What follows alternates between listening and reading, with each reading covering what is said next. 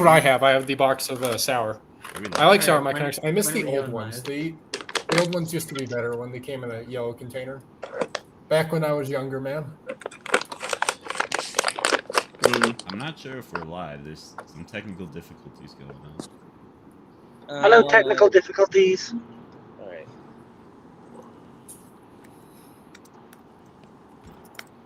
Oh yes, we are live. We've just been looking at the. We are live. Why didn't you start it on the starting soon screen? Because it's not a cast. Well, it is a cast. We're just talking. I didn't think to do that. Isn't any cast We're just talking. We never do that on. No, yeah, casts but are like this talking one in isn't discussing like manner. who wins. We're just talking. I about can bring matchups. up the starting soon screen if you'd like. Here we go. Starting soon. All right, there you go. Starting soon. All right, we started. We're here now. You'll get a Hey! you'll get a starting soon title sequence as a treat. Yeah. Hello, everyone. Welcome to the channel of Fan Battle Cast, but we're doing a bit of a special episode where, to celebrate the upcoming spooky month, we're gonna talk about a bunch of a lot of the pitch matchups are horror oriented. Horror is a genre that people want to see on Death Battle, so we kind of want to take some time to talk about those various matchups and how we think about that. In addition to that, all of us have another matchup we like, so in the beginning, we're actually going to talk about some matchups we're submitting to you guys, the audience, to vote on in a poll to see what will become a bonus Fan Battle Cast for the month of October. Whoa! Hey. How cool! So jumping right into it, we have Dracula versus Strahd, Dungeons and Dragons versus Castlevania. Who submitted this one? Real quick, before we start, I do want to clarify that just because we're talking about these here doesn't mean we're not going to do actual debates on these later. I didn't want to seem like a hypocrite. We're talking about this the is just for fun. Exclusively here. In the future, we will be doing a cast for every single one of these matchups that got like an actual pitch. The bonus ones that aren't pitches, we're just discussing, and then you get a vote on which one becomes an actual bonus cast. Yeah. In general, the idea for this turn off my show air is conditioning. Give me a second. the general idea for our show is we want to give every pitch matchup their time in the light. So we would give everything at least one full cast at a bare minimum, and then we might even do more after the fact if we have more ideas for it. Yeah. So we can just jump right into our first one, which is Dracula versus Strahd. I will start the timer. All right, just let me know when it starts so I can start my spiel. Timer. You're good to go. All right, so this is the one I recommended. Dracula from Castlevania versus Strahd von Zarovich from Dungeons and Dragons. I am a big Halloween guy. I love vampires, and one of my favorite matchups in Death Battle was Alucard versus Dio Brando. And while that was more the anime side, this matchup would focus more on like the traditional vampire interpretations, because both of them kind of lean into the more ancient gothic route of like your traditional Dracula, obviously with Dracula, but Strahd also kind of has like that classic vampire vibe. They're both also very powerful magic users. So this would be both a vampire and a magic fight. Who's the guy on the right? Strahd von Zarovich from Dungeons and Dragons. What's his whole shtick? Basically, his shtick is that in Dungeons and Dragons, there's this place called the Shadowfell, which have these sub-dimensions that are designed to imprison very terrible people called the Demi-Planes of Dread. And one of these is Ravenloft, where the vampire lord Strahd von Zarovich was basically trapped there with his kingdom, and basically he has in total domain over his land. He basically has his entire kingdom enslaved and basically held hostage, and he can't really escape because he's kind of in his own personal hellscape. But in this land, he's kind of terraformed it just to be his kind of like ideal vampire haven. Like, The sun is constantly blocked out by the sky. Paladins, while you're in there, are completely cut off from like their gods and have trouble concentrating on their spells, and they're all warped and gothic like that. And overall, he just has access to high-level spells. He also has your other vampire things like transforming, turning into mist, can only be killed by a stake in the heart while he's in his coffin, and he also has command of like basically all the beasts within the domain. So wolves, everything except like the crows, he can call upon to help him fight. He also, and I don't know if we want to go with like a army fight, but he definitely does have a lot of stuff that could also be cool to see interacting with like Dracula and all the monsters he has in his castles, like Rahadin, which is like one of his stewards, a lot of vampire legions and all that stuff. Can they just summon their armies? Like, if we put no restriction on their powers, could they just like summon their minions to the battlefield? Strahd doesn't really have like a way to like, summon. He doesn't really have a spell that's like summon minions, but like, the way I'd kind of frame it, if we did it as an army fight, is like, how Dracula's castle sometimes is interpreted as like traveling. Well, probably just have Dracula's castle get sucked into the demiplane right next to Castle Ravenloft, where Strahd is, and then both of their armies are just kind of there, and they're just kind of fighting on Strahd's front lawn. That'd be cool. Is this a specific Dracula, or is this like mythology Dracula? No, this is Dracula from Castlevania. Oh, Castlevania, got it. Yeah.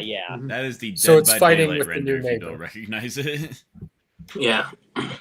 Yeah, I've never played Dead by Daylight, so... Yeah. It's fighting with the new neighbor on their front lawn. Yeah. Just vampire beef. I think this is a Okay, really now fun I'm just idea. imagining that one Smiling Friends clip where it's like the boss arguing with the devil about the borders. Oh. That's so true. I would love that.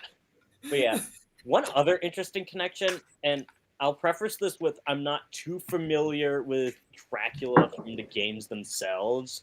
I've seen like the Netflix show, and that's like the most I've done, but I am a fan of the character. But one interesting thing is that if we look at, again, not sure how it is in the games, but in the animated show, Strahd is kind of interpreted as like being mournful of his lost love, which is kind of like the opposite side of Strahd, because the reason why he became a vampire is because he was jealous of his brother Sergei for basically marrying the woman that he was in love with and turned into a vampire, and his whole shtick is like basically keeping his realm trapped in a constant state of reincarnation, just waiting for Titania, to get revived so that he can finally have her as his bride.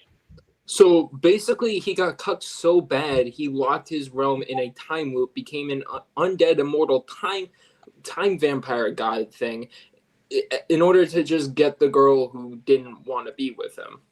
Exactly. Oh my god, that is that is behavior. That is certainly a behavior that. Oh yeah, like he is like the ultimate. Like he is just like the ultimate like simp. Like just could not get over it and decided to make it everyone else's problem. And one thing to actually add to that is that in most interpretations of Strahd, and of course this varies based on edition, but like most modules have it end so that even when the party defeats Strahd and escape, Strahd eventually returns to Ravenloft and starts the cycle all over again. So it is just really hard to keep this guy down, just like Dracula, who also comes back every once in a while. So it'd be very interesting to see how that would play out in an actual fight. I think this fight makes a lot of sense. Dracula's a great, iconic vampire. Strahd is like the vampire of D&D. I think this would be really cool. Yeah. Wow, It'd be shit, really we're cool. going. We're It'd going be to really me. cool to see Castlevania Dracula back on the show. Now, I think his I don't episode's very know good. This would be an awesome one. anything about Elster. So, So that's a bit about Elster. she is from a game called Signalis. Signalis is I don't know when it came out, but I played it 2 years ago. And of every game that came out that year, or that I played that year. By far, it was my favorite game. This is an idea I think Fennec made, and admittedly, Fennec. it's not my preferred for Elster, but it's the best one that fits the Halloween theme. Signalis is like this kind of top-down, like resource management type game where you're going around this facility, getting deeper and deeper, using different kinds of guns and shit to fight off the different monsters and solving mysteries, right? Elster herself is this kind of like robot, I'm gonna say, where she's part. An Elster type is a unit type, right?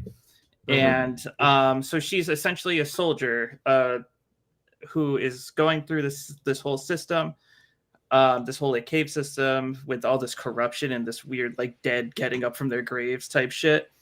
Mm-hmm. Well, dead robots, so to say. And you're trying to unravel not only the memories of this robot, who in turn has memories of other incarnations of herself, but you're trying to piece together what happened to this facility and all that.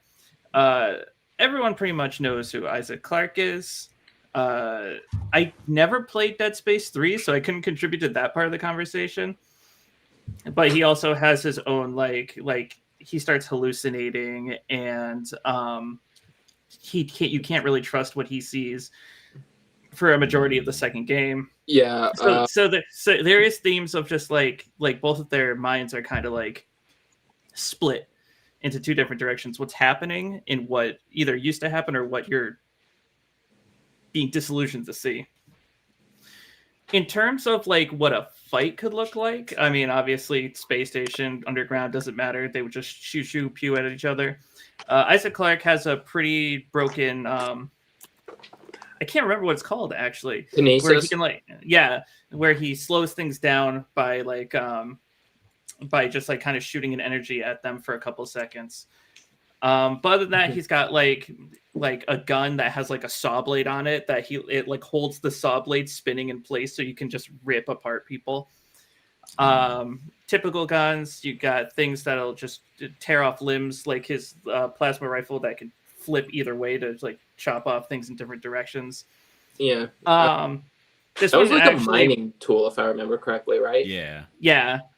A lot of that wouldn't really work on Elster. Even if Elster had their limbs ripped off, they reattached other dead robots' limbs in their place to keep fighting. That's just a fun interaction in the fight. Yeah.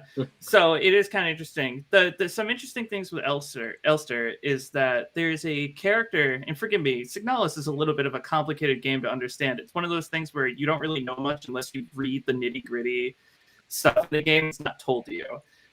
There's a character named Falk, who is a similar situation to Elster, who has like just fucked up memories, is trying to realize what they are, but they're essentially a god, and that doesn't really mean much in terms of debate, but because of certain things that I did not double check before doing this, that god is like extremely powerful, apparently.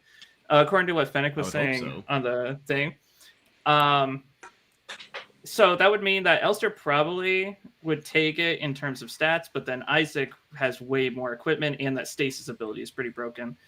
The only thing Elster has that he wouldn't typically see, because you got machetes, you got different machine guns, shotguns, whatever, is they have flares in Signalis that you can stick onto an enemy, and it disintegrates them, and you can also put it you can also put this inside of a flare gun and shoot it at people, and if it hits them again, they're just kind of fucked. And then they have a stun prod, which is just a very powerful like zappy thing that'll stun Isaac for a couple of seconds if he gets close. Yeah, I haven't really thought about her equipment before. A lot of people that I've seen talk about this is more thematic. Yeah. There are other connections, but they're massive spoilers. Yeah. Personally, if I were to choose one matchup for Elster, I like On Flores from Anno Mutationum, because of that whole idea of not knowing your identity and seeing things through the perspective of someone who you used to be, because I think that's just kind of a cool. But in terms of like a fight, this one definitely works better for like what kind of interactions you can do with it. Be cool. I think it definitely does play into the horror aspect of Isaac Clarke in a way. That Yeah. Oh yeah. Oh yeah. If they're not gonna use, who is Isaac's most popular opponent? Gordon Freeman. Gordon. If they're not gonna use Gordon Gordon Freeman, I think they should do this. Plus, indie games need more representation on Death Battle. Yeah. We've had Shovel Knight, Among Us, and Fall Guys, and that's it. I mean, hey, the island's got a bunch of indie game characters. I know. I'm Hey, excited to see Can we it. talk about how wild it is? We had our 10-year anniversary for Undertale, and we still haven't gotten an Undertale death battle. Flowey versus the Princess will be the next time. Trust me. Yeah, that's why they put him on the My island. uncle They're is. clearly gonna do it right now, but they want to do a second Flowey matchup already. That's the I Torian guess episode. I guess you could say with Death Battle doing Undertale, they're taking too long. I never thought I would want a Torian Undertale episode until just now. Oh my I mean, gosh, I that think- would go I think crazy. Imagine there's a Sans couple versus the Undertale judge, characters but Torian Sans would is work with. constantly doing backflips in order to dodge the judge's attacks. Yeah. Paul, you're up. Oh, we're already doing this one? Oh. Okay, I thought this was going to come later. Paul, what Okay. what the fuck No. is this? Explain Right. yourself. All right, moving on. Okay, What the hell? so as a lot of you probably know, Mimikyu is not only my favorite Pokemon, but is one of my favorite characters. And I have a lot of bias for the little guy. And if, of all Pokemon, he was to get in versus, who he could face. And I think this is legitimately the best option for him. The character on the right is called Tacman, and he first debuted in Pac-Man World 1, which is the popular Pac-Man 3D platformer series. It is the series that gave us Pac-Man talking for the first time. And in the first game, his arch rival is this character, Tacman, who is actually a lonely ghost piloting a mech that looks like a popular yellow video game character to make people like him more because he is personally very lonely and has no friends. The connections are genuinely right themselves. Like I said, both of these characters are represented by their personal loneliness and need for attention, and more importantly, how much they feel unloved. Orson is the name of the ghost that pilots this little mech, and he built it himself. And when Pac-Man destroys it in the final boss, and he comes out, he is sniveling and crying and is just a lonely little ghost. He's not a monster. He's not trying to hurt anyone. He just wanted to have some friends. He personally says to Pac-Man, nobody loves a ghost. And Mimikyu very much feels the same way. That rag that they wear to try and look like a Pikachu isn't just to disguise themselves from others, but to feel more loved, to be more cuddly to others. And I really do think that's some pretty strong thematics from a Pac-Man character of all things for a death battle. As for how they would fight, Tacman actually has a lot at his disposal. Mimikyu, of course, is a fairy-type Pokemon and has various attacks like the Shadow Claws, Shadow Ball, some status effects like Fake Tears, and, of course, has two forms. Their regular form and then the broken form, where the neck of the costume is permanently broken and they flump over using disguise. This causes them to become extremely aggressive in a fight and will start assaulting the opponent rapidly and angrily. Tacman, on the other hand, copied a lot of what Pac-Man can do. He can roll up with a rev roll, which works like a giant bowling ball, to smash down opponents. He can do a super version of Pac-Man's butt bounce, which causes small shockwaves around the arena. He has finger guns in both gloves of the costume that can shoot out a torrent of mini bullets. He has a jetpack that can pilot rapidly through space that is attached to the costume. And then I'm going to get into minor spoilers here because, of course, we have Repack, which is the remaster of the Pac-Man World games. And then we got Repack 2 this year. And in this new game, we got a brand new secret boss, which is a new fight against Tacman, which was added by the developers exclusively in this game. And among the things added to him, including a little bit more story hints that I won't go into that even made the matchup better, he also gets a giant axe that kind of works like DDD's jet hammer. He got force fields that he can summon with little tools around the arena. And then he got a rocket launcher. That's what Pac-Man needed, a rocket launcher. So he got some new additions to his arsenal that I think would really add to the dynamic of a fight between them. So here's my issue right now. Not with the matchup, but with Mimikyu. I think Mimikyu is too smart, and here's my reasoning. Mimikyu first shows up in Sun and Moon, right? It somehow knows, even though Pikachu is barely in Sun and Moon, that Pikachu is the most loved Pokemon, meaning that it's been listening, it's been watching TV, it's been doing all this shit to figure out that Pikachu is very popular overseas. Because if I'm recalling correctly, the only way you can get a Pikachu in Sun and Moon is if you fight a Pichu and evolve it, or if they call SOS or some shit like that. So they're not very common in the game. But Mimikyu is a lot more common, and they still somehow know how loved Pikachu is. I mean, so Mimikyu's smart. I mean, to be exactly, fair, that's what I'm saying. In the Pokemon universe, Pikachu itself is a very marketable Pokemon. Plus, in Ultra Sun and Ultra Moon, there's like an entire Pikachu sanctuary where you can get special Pikachus with Ash's hat on them. So, wouldn't the fact that Pikachu is more rare in Alola make Mimikyu all the more desirable?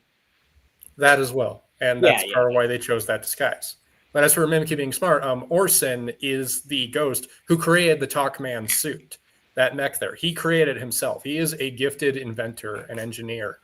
In Pac-Man World 3, he helps Pac-Man stop the spectral realm from collapsing. Like, he had to personally figure out the mechanics of that to prevent both Pac-Land and the spectral realm from collapsing into each other, which some people will argue is universal, but this isn't a debate here. Just they play off of each other extremely well together. I really do think. Can Tacman eat ghosts? Tacman cannot. Fuck. Would they be super effective against each other if they're both ghosts? Yes, because Crunch is a dark type move, so Mimikyu has dark type moves and physical moves like Shadow Claw, but also more importantly, ghosts are tangible in Pac-Man World. Like, they are in all the games. They are tangible. People can touch them and interact with them, not just Pac-Man. Well, here's an interesting thing about the debate. Mimikyu's part fairy, so while Crunch and dark moves are only neutral, it's also weak to steel, which Tacman is a giant robot. So that's an elemental disadvantage for Tacman. It honestly plays into the typings of Pokemon in a legitimate way, not just this is twice as effective. It plays into Mimikyu's direct resistance as well. What the fuck I've really, like I've grown really fond on the of it. surface. It's hard to sell people on, but I really have grown to love it. No, like the characters themselves looks weird on the surface, but are actually really cool the more you dig into it. I love it. Thank you. Okay, what am I looking at? All right. So this is my turn. Trigger warning about these characters, just as a heads up. I don't think I'm gonna talk about anything in this cast that's gonna like be too bad, but just like if y'all ever try to look up these characters in your own time, heavy trigger warning. This is SCP-4666, the Yule Man, versus the Collector from the Collector film series. The SCP-4666 is a weird cryptid creature that during the months of Christmas time will go into someone's house and do horrible things. They will kill the family and kidnap the children and like mutilate them into like weird Christmas presents. It's a really, really messed up story. The Collector from the Collector film series is a villain that is basically, they go into houses and like they essentially set up a bunch of traps in the house to like, it's a horror film franchise, and these traps will like heavily damage and kill and mutilate the people who are in the house. What's interesting about this matchup is that the Yule Man versus Kevin McAllister from Home Alone has been brought up a lot. And I don't like that at all, because even though Kevin probably wins because of stats, I don't even really want the possibility of Kevin losing to this horrifying SCP abomination. This one is like if that was actually like thematically coherent, not thematically, tonally coherent. Because Collector is easily as messed up as SCP-4666 is. Like some examples of some of the traps Collector has is one time he, in like a dance club, he set up this y'all know in cars that like big tractor with like the big metal like thing on the front of it that like is Yes, that thing is horrifying. he like set up one of those things to like fall from the ceiling and like kill like 6 people like by swinging and spinning somehow. Oh, So, like, Christ. The Collector is if Home Alone was R-rated. So the idea is that the Yule Man will like bust into this house on Christmas, but Collector's already been there and he's like already been torturing everyone in here. So it's just the idea of this like guy who busts into homes to like mutilate people, encountering people who like set up traps in a house to mutilate people. So it's this idea of like if the Yule Man can like use his like mild magic and like superhuman stats to like get through this guy's like crazy fucked up traps. And he is a horror villain, so he does have like mildly superhuman stats, kind of like Leatherface style. I don't know why I like the Yule Man as much as I do. I can't think of like a compelling like thematic reason why he's a super cool character, but there's just something about how fucked up he is. It appeals to me in a way. I don't know what it is, but I like him. Admire its purity. Nah, I get it. Like the brutality is very entertaining. I suppose, yeah. I think that it's just really cool that for the Yule Man to have like an aesthetically appropriate matchup and not just be put up against a child. Well, I know the feeling there. Yeah, I definitely prefer this over, the one where we make a kid fight for his life. Yeah. I don't think there's a ton to say about it. I just think it's really cool personally. And I think if you like horror, the Collector movies are actually pretty fun. Yeah.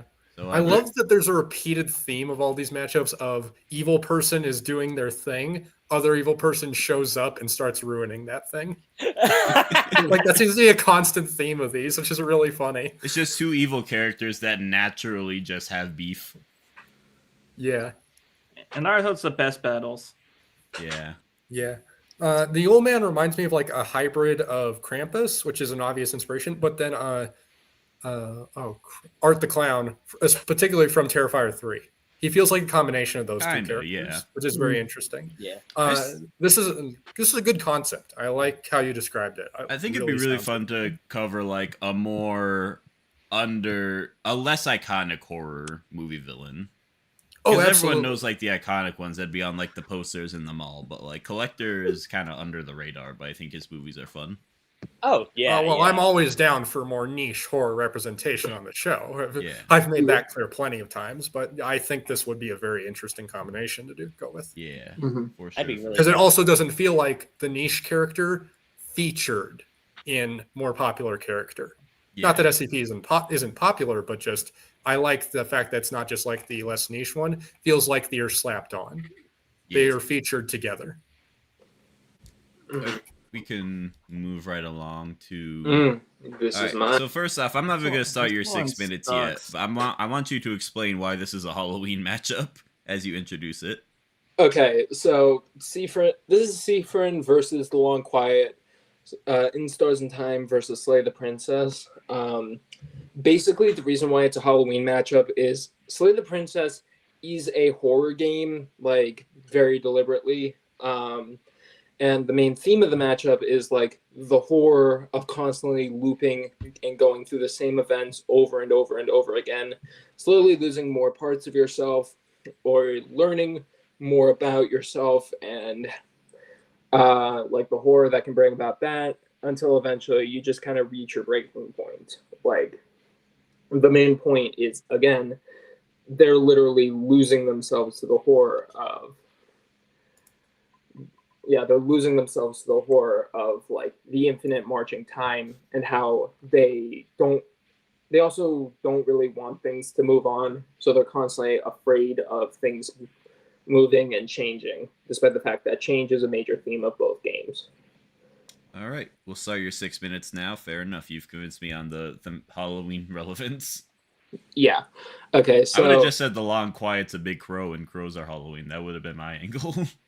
Technically, okay. I was going to say, Long Quiet I'm is... not going to get into whether or not Long And Quiet is Seaffron a looks crow, like a witch based on raven, the witch a bird. hat. So that is way too big a conversation for 6 minutes. But basically, Seaffron versus the Long Quiet. It's Seaffron comes from the game In Stars and Time. The main plot of the game is Seaffron is caught within a time loop, and he constantly has to go and slay the final boss in order to try and break the loop. However, everything he tries to do in order to break it just loops him back to the start of the day, where he's constantly just going through the same song and dance every single time. The Long Quiet is from Slay the Princess. He's the guy who slays the titular princess and constantly warps reality throughout each chapter. So basically, the connections of the fight are two characters with amnesia who are caught within time loops, constantly going to slay a singular guy who they have a personal connection with, even if they don't know it. So however, every single time they try to do something to end the quest, continue the quest, learn more about themselves, they just constantly get set back to the start.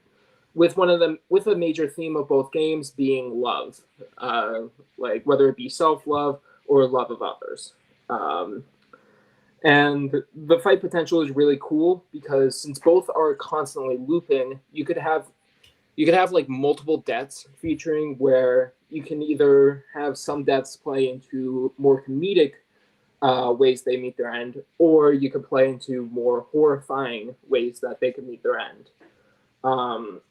And they also have the ability to warp reality with the Long Quiet's perception of reality, being able to manipulate the realm around him, the world around him, to like fit with what he believes.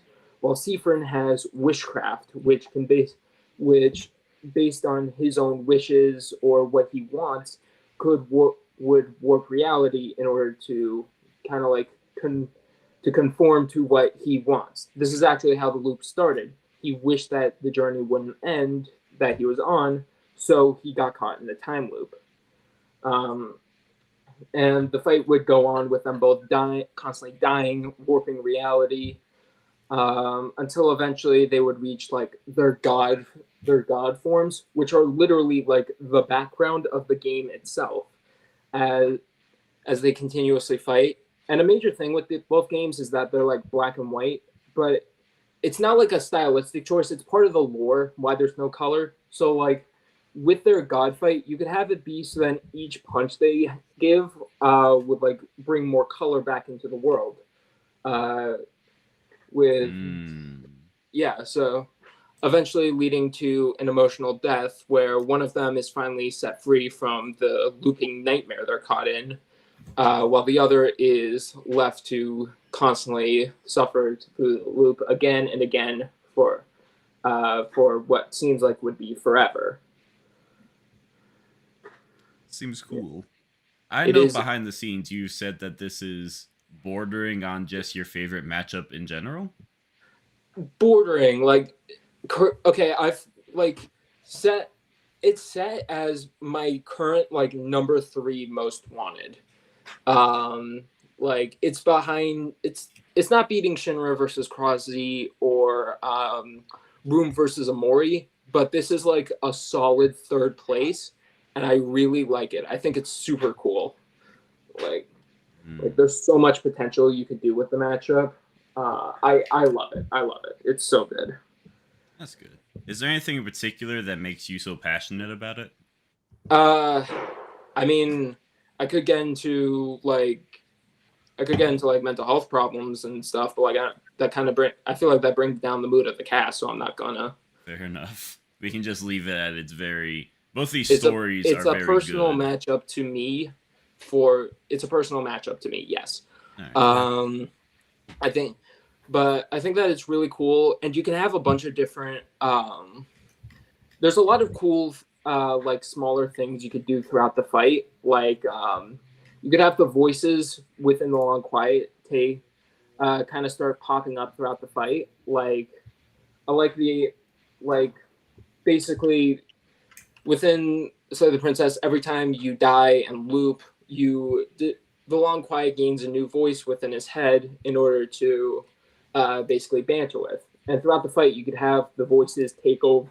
you could have the voices take over the long quiet in order to have like a bunch of different dialogues with Seaffron. Like you could have the voice of the skeptic take over and then start questioning whether or not Seaffron is also in a time loop, or you could have like the voice of the stubborn take over, and then and then he could constantly be talking about how much fun he's having with the fight, and then Seaffron's just horrified. You could also have Seaffron.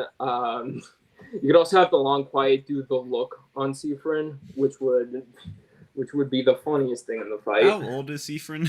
Because they look like a child in this picture. Nah, Seaffron is an adult. Okay. Hold on, let me check. I want to say like mid-20s, but Okay. I don't know. Just real quick before we move on, how does Seaffron fight? Like, what do they do? Yeah. Seaffron, basically, he uses a knife throughout most of it, and he has his crafts, which allow him to perform like some magic on enemies. However, later in the game, he gets more crafts in order to start covering weaknesses. Like he has rock craft, scissor craft, paper craft. It's literally rock, paper, scissors, yeah. But he also has wishcraft, which does warp reality. So basically, throughout the fight, you would see both Seaffron and Long Quiet manipulating reality in order to try and one up the other, until eventually the end of the fight is literally a fight between two reality warping gods. So I think the fight should start animated by Torian, just like that Snake versus Sam finale animation. That's how the fight starts. Yeah, you could have you could do that. I only had one question. Yeah. Is like you said, the concept of time loops being such a scary thought and being unable to control it, and as we lose each other, does that mean Groundhog Day is a horror film? Technically, honestly, kind of yes. It's kind of existentially terrifying. Yeah, True. Isn't there like Wasn't a a sequence psychological where horror. Bill Murray like constantly kills himself in order to try and Yes. like, the time There's a loop? point. Yes, there's a point where he reaches being so done with it that we just see short vignettes of him trying to figure out a way to end it by ending himself. Yeah. Yeah, It does have some darker moments. So yeah, just that was a good point you brought up, and that just made me think of it. yeah. I mean, like, technically, time loop is like such a vast concept that like you can do any type of genre with it, but like specifically with how the time loop is presented in Slay the Princess and in Stars in Time, it's more so like an existential nightmare. So yeah. Yeah. Okay. All right. This is Spooky versus Malak. Oh, this is great. Which Okay. I'm very excited to hear about. To the chat at large, let me ask you a question. Do you like army fights? Do you like army fights with a bunch of monsters? Yeah. Yeah, this is gonna be good. Okay, so basically, Spooky and Malak are both the main antagonists of their own little horror games, and their whole thing is sending other monsters to do the work for them to kill you as you try to like make your way through however many rooms of madness. And I think they're kind of perfect for an army fight because all of the specimens and all of Malak's monsters are kind of they're not really enough to carry an episode on their own individually, but they all have like one or two interesting things they can do, which is basically what you want out of an army fight. And Spooky and Malak themselves are no slouches either. If you go off of the promotional artwork, Spooky has Heavy's minigun, a serrated knife, engineer's wrench, and she can she can phase through stuff. And Malak's list of abilities is crazy: shapeshifting, teleportation, cloning, levitation. Basically, this would just be the biggest, craziest, silliest army fight you could think of with horror characters. And there's even a couple of crossover specimens and monsters too. Spooky has Whiteface from the game I'm Scared, a game which was a huge influence on like the horror genre and indie games in general.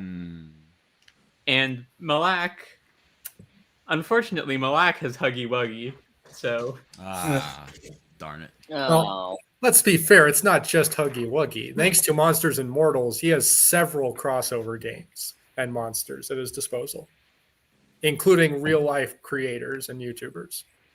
Hmm. oh yeah. Speaking of real life YouTubers, Spooky has Wombu. I don't know who Wombu is. They have collabed in the past, and it is very silly. And Malak has the likes of Corey X Kenshin, Dako, 8-Bit Ryan, and Serpa Horror Bro. Oh man, Interesting. that I Corey Extension. Okay, so, Yep.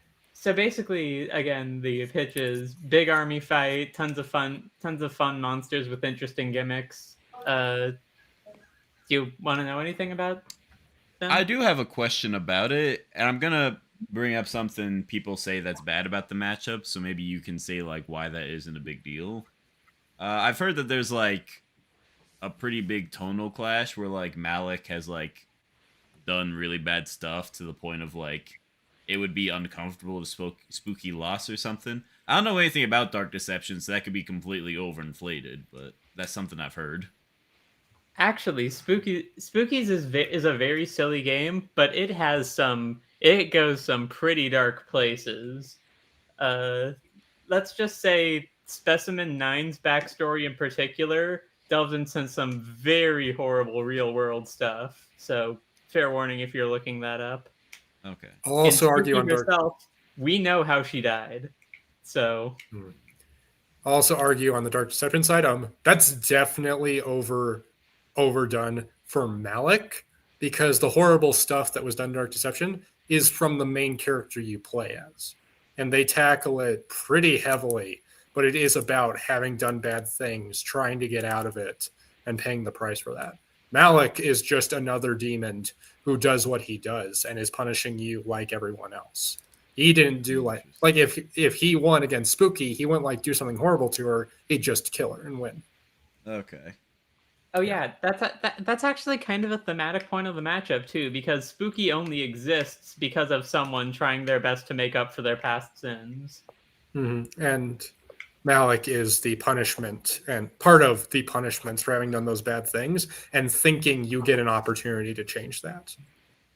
Okay. Yeah.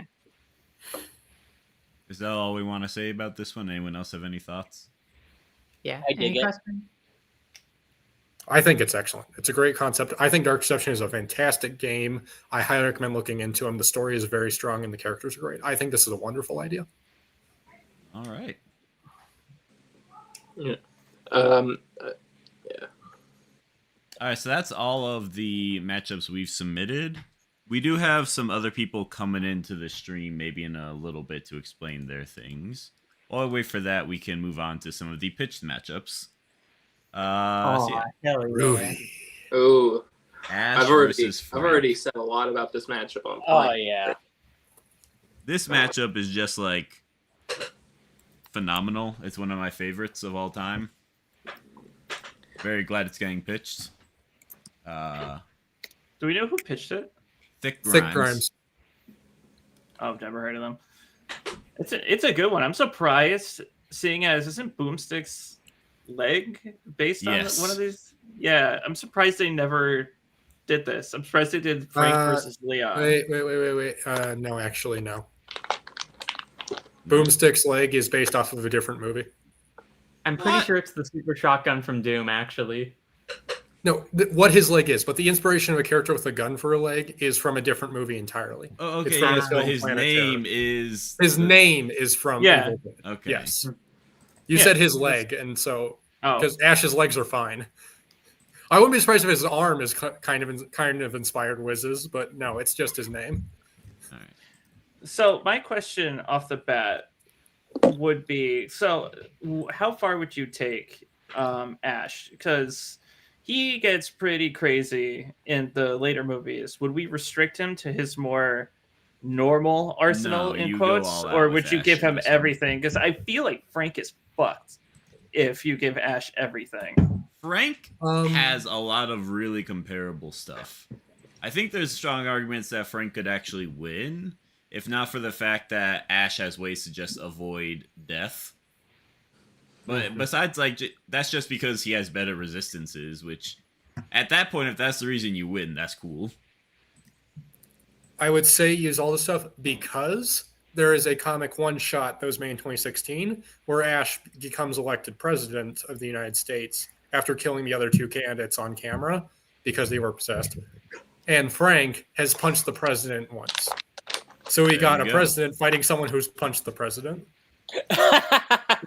In That's the regards setup to right there. what Frank has access to, he has access to magic wands. Just blatantly magic wands that are not very well explained. He has access to giant vehicles and tanks that, like, are just absurdly absurd. He has, like, mech suits. He has, like, so many wacky combo weapons. Yeah. There's definitely not, in my opinion, a disparity in terms of, like, what they can do. Yeah, he also has the Mega Buster. He So does have the correct- Mega Buster.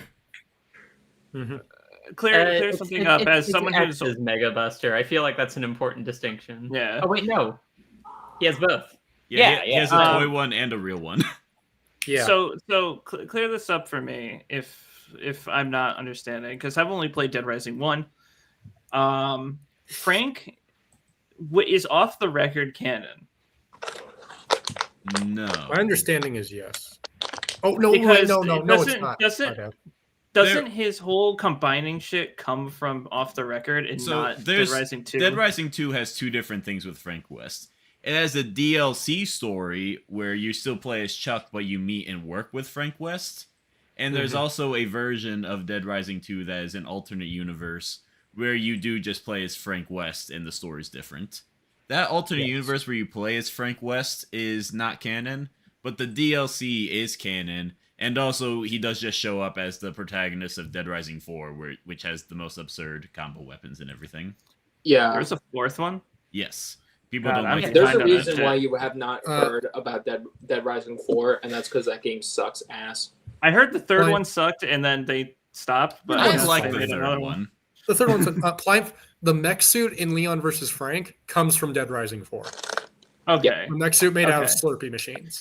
So that machine that he uses in the death battle, is that also something he would normally have access to? Because it looks like he just touches a machine, he turns into Mega Man, but I also saw like Dante and shit. Could he actually get shit from those game series? I mean, he gets those abilities. He doesn't get, like, the stats or anything, but he can. Yeah, Well, like- no. But so I'm just saying, because Ash Williams, I have a bumper on the back of my car that says Ash for President. Ash Williams has a bunch of, like, if you count him doing magic in some of the movies, he has a lot of different things. And I feel like those transformations, giving him those extra abilities that, like, a Mega Buster is just an energy blaster, right? Like, that's not like a bullet projectile he's summoning in. That's a completely different way to attack. I feel like that could probably do well against that, some of his wackier arsenal. They both have mech suits. Yeah. This Yeah, is but Ash- definitely a very fun fight. I love this fight. No, it's such an extremely fun fight. I really do love it. Despite how much I outspokenly like another matchup for Ash, I like that one as well. I think this is the best choice for Death Battle, and it's Yeah. perfect for both. I really like And it just has such a good variety to it. Yeah. Dead Rising 1 might be one of my favorite games of all time.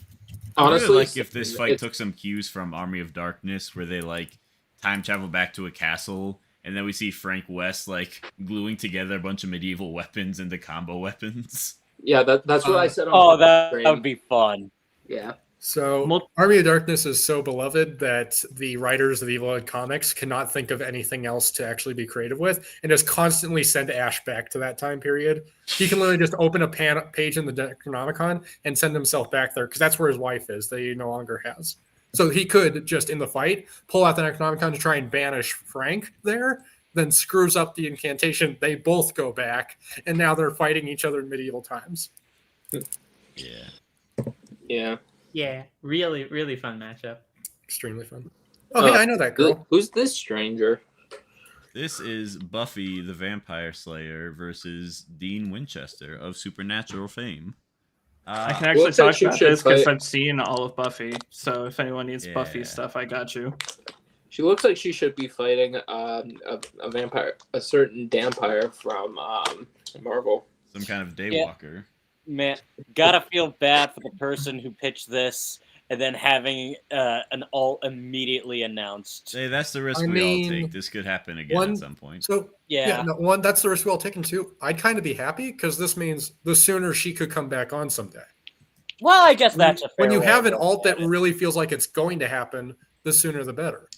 I will say, I think comparing this matchup to Blade versus Buffy is interesting because, like, this is a matchup I could show, like, my mom and my grandmother who have seen both shows, whereas I probably wouldn't show them Blade versus Buffy because they don't really know anything about Blade. But, like, this accesses a whole different audience than Blade versus Nice Buffy one, would. Smell. That's all I'm trying to say. Oh, that's exactly the best way to describe it. It's a different audience. Yeah. I think that's a really good way to that is describe it. very true. I know a little about Supernatural. I have a friend who loved Supernatural until she moved away and who really likes it. And she even had a shirt of the Scooby-Doo crossover, like a shirt of that series.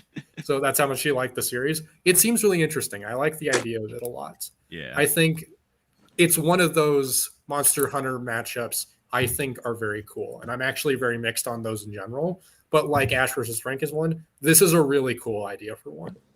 Yeah. I think it's got a lot of potential to it. I think this makes sense just in that, like, if you're a fan of one, you probably know somewhat about the other, and that I think is a good matchup when you can kind of tap into a specific fan base.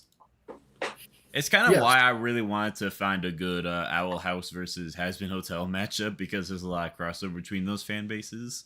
It's like, it's good when there's fan base crossover. Yeah. Mhm. I'm not gonna spoil it, but the twist by the end of Supernatural, if anyone's seen it, like I don't know how to phrase it without spoiling the whole end of the series, but there's a twist at the end of the series that you get to, and it just like clicks with you, and everything makes sense. To the matchup though, how the fuck does this work, right? So fucking Dean is just gonna mollywop Buffy, just fucking drag her across the street. I don't see a world where Buffy even contends in a fight with him. Well, I think how they're normally portrayed, I think Dean does win, but that's because of like his arsenal. I think in terms of how they're normally portrayed, Dean is like consistently portrayed as like a human level in strength, whereas Buffy is consistently like very superhuman. So in terms of like dynamic, Buffy would like have the edge in most confrontations, where Dean would be like being thrown around. But Dean would just have like the arsenal and protections to just like survive and then win. I think the best argument would be arguing that Dean doesn't have like the durability to survive some of Buffy's stuff, which is kind of a contentious argument. I think the matchup's interesting. I think there's some back and forth in how their like fighting styles and arsenal would interact. I think I'd have to see more on the versus scaling side of both series personally, because I've seen some people say that Buffy scales to the god girl that was kicking her ass that she clearly doesn't scale to. But to be Dean's fair, they case, say I that a feel lot with about Dean and the Angels too. It's like clearly Dean scales the Angels, and they show clips of him being like thrown through walls by them. I was about to say, but people also say the same thing about the Angels, saying that he should be like faster than light or something when he's clearly outsped and outpowered. He should be by much them. faster than light, because the Angels went from the Andromeda Galaxy to the Milky Way in a day. And it's just like, to be fair, I have limited experience with Buffy, but the gods aren't always that impressive as gods go. Like, I want to don't remember who rewatch it was. Supernatural with like Yeah. a versus lens to really figure out like what's going on here. It's one of the few quotes I know as one of my favorite parts is, "And now I'm a god, and now you're a coat rack." Yeah. Also, Buffy doesn't use guns or anything. Like knives, a stake. Unless in the comics she gets shit that I don't know about. I'm pretty sure she has a rocket launcher at one point. Would that be considered standard arsenal for you to use something? Yeah. I don't know. I think as long as it doesn't like, as long as it doesn't completely ruin the debate or dynamic, why not? Well, you're talking about a guy that doesn't do hand-to-hand, that usually stays at distance versus No, he the does a girl lot that's of hand to primary. hand. He does plenty of hand to hand. Oh. He has a knife and he's good with it. I Because was making there a joke about Sam versus Snake. You could actually have like a pretty good, fun knife fight in here. I feel like Buffy's not. I don't know. I don't know, man.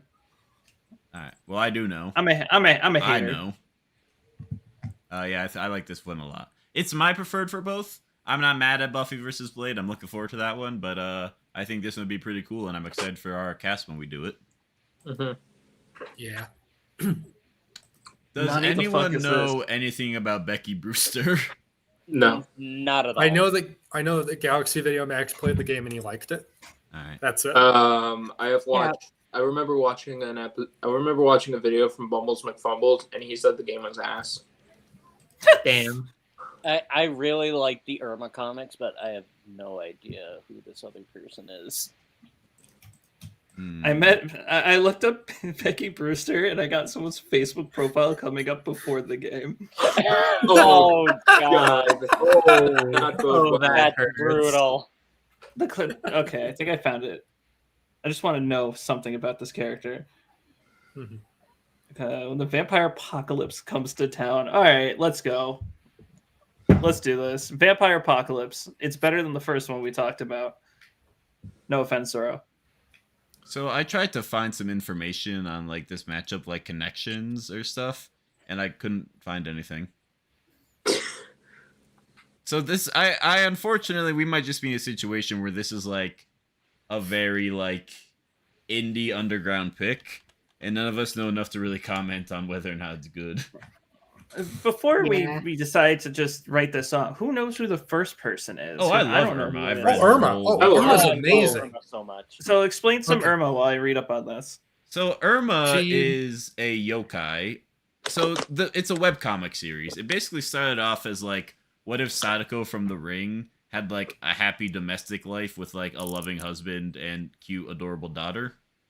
And there's a lot of like funny shenanigans where it's like the Sadako mom will like pop out of like a neighbor's TV to like run to give her daughter like her lunch she forgot at home. It's very fun. Basically, she has a whole ton of horror powers. She can like shapeshift, levitate, telekinesis. Her hair is like sentient. She can like make portals. There's so much she can do. She's kind of like an overpowered, adorable child with like so many different horror powers. She beat the crap out of Pennywise when he tried to attack her once. I don't think we can use any of those crossovers as like scaling, but they are funny. Basically, there's this thing where it's like 13 days of Irma Ween or whatever, where the artist will like do an art of like her crossing over with some other horror property. Yes. Let me check. I remember the author. I don't remember his name fully, and I don't want to get it wrong unless someone else already remembers it. Because I want to say it is Braden Rogers, but I could be wrong on that. I'm not familiar off the top of my head. I say it because he is a creator. He's the creator of Irma, and he knows what Brandon Santiago, he knows what Death Battle is. He is, and like when he saw that Irma was on the thumbnail for that one mega cast that they did, he was really surprised that she was in there. Like genuinely very surprised. But he has not seemed to have said anything about how I'd prefer to she not get on or anything. But he is a fan of Death Battle in general, and he enjoys it. So he's aware of it. And I think he would be cool with her being on. The only thing negative I hear about Irma is I just hear people go, that's a character I don't think should be on because she's a child. And I think personally, I think it's fine. I think she can hold her own. I think she's a cool character. Her matchups are very neat. She happened to get 2 pitch matchups. I think they're both very neat. I'm down with her being on. I really like her. I don't think she like Oh, bleeds. I think she's like made of like weird darkness material. So like even if she was to like explode, I think it'd be fine. Yeah, I think it's completely fine. Yeah, if we explode the child, it won't be too gory. I looked up Becky. I looked at a couple articles. The most I can find is that she is a person who moved to this town. She found out she was she's like from some family bloodline that's suited to killing vampires, and she used to be a hockey player, so now she uses her hockey stick to kill vampires. There isn't that much on her, so it's probably like either a little known game or just like an indie game that people haven't made many articles on yet. So it's All I she's think a know it's video both game about protagonist. #Blood is that the game studio that made it was originally an animation studio. So this was like the first game they ever made. Oh, I see. Apparently, that's why the game sucks or whatever. All right. So I know a bit more about Bunnicula and can comment on this. Yes. This one took Finally, me a a while. matchup we can talk about. This have no one idea took who me a that guy little. is. This one took me a little while to get sold on. This is Bunnicula. Bunnicula. Bunnicula started as a really good book series about the concept of what if a little pet rabbit was a vampire, but instead of attacking people, it attacked vegetables. Like, it uses its fangs to drain the juice out of vegetables entirely, and it leaves them shriveled white husks. But just vegetables. It's not aggressive to people, but it will do that at will. And it's a very interesting little book series about the cat and dog of the family trying to deal with the rabbit and what they are going to do with him. I think it's a very good book series. And then they made a Cartoon Network show about it. And the Cartoon Network show changed every single thing about it. So now he's a shapeshifter who can turn his body into things and can fly and hypnotize people and attacks things and has minor tune force powers and all that. So basically, Cartoon Network just pulled the boys. I have of returned. Bunnicula. Welcome Oh, back, hello. Hello, Saul. It was certainly yes. the sentence of all time to come in on. Oh my god. Yeah. This But is Saul's because favorite of matchup, that- actually. Yeah, guys. Didn't you know? I really know these two really well. Oh, I didn't know you were such a fan of Irma versus Bunnicula. Yeah, guys. Oh, I'm sorry we didn't wait for you. Not to I'm terribly interrupt, sorry we skipped on your Paul, most but this wanted. matchup does make a lot of sense. I think the Cartoon Network Yes. might be like less. I haven't seen the show, so I don't know if it's like bad or anything, but it definitely makes the fight work. It gives them a makes bunch of the fight- absurd like powers basically that is different definitely comparable to characters. Irma visually. It makes the fight work. I just don't like what they did with the series because it legitimately took seriously every single thing and changed it. So you wouldn't comp the two because they're too different. You would just use Cartoon Bunnicula. I would use Cartoon Bunnicula. Literally, the only difference with using the books is talking more about what he is. He is like does virtually nothing in the books except eat vegetables and look creepy. It is not a character you can use on a show like this. You would use the cartoon. Okay. I think There's like this- one thing that could be a feat. Unironically, I love this matchup so much. I think this is Irma's best one. I do I like the agree idea there. of this matchup a lot as well. I think It's it's my just most like wanted. good fun. Bunnicula is exactly the kind of character Irma would meet, like in Brandon's work. He is so Yeah. much the kind of character she would meet and be friends with. I think it pairs very well together. It would literally be a fight that's just two kids playing together. Just, they happen to kill things. Oh, we're going back. Right. I was like, why? 'Cause- Rewind. Hey guys, Hi, Saul. I definitely didn't Bing forget. bong, hey. I definitely didn't mix up the days when I finished university and didn't just like get out when the cat started and had to drive all the way home. No Whoops. problem. Do it in It's the all library. good. It's all good. Okay, so I'm here to talk about Slenderman versus Oni. Yes, sir. Slenderman, very popular character, as you might realize, because he's at least was in the Champions Island lineup. I don't know if he's because like the 16 I think got announced like on the last cast. that No, just happened. they recently No. announced the people who made it past the preliminaries. Slenderman got like number 4 on Team Boomstick. Yeah, Hell Slenderman's in. yeah. Yeah, so he's still in it. He's the goat. Oh, they Yeah, announced see, that? he's the goat. Yeah, And he is. even though this, I was like, they literally just announced it. Well, this one Yeah. is live. Yeah. Oh, on the cast. I Uh, see. And Oh. while Slenderman, this is not the most popular option for Slenderman, I do think it's his most debatable.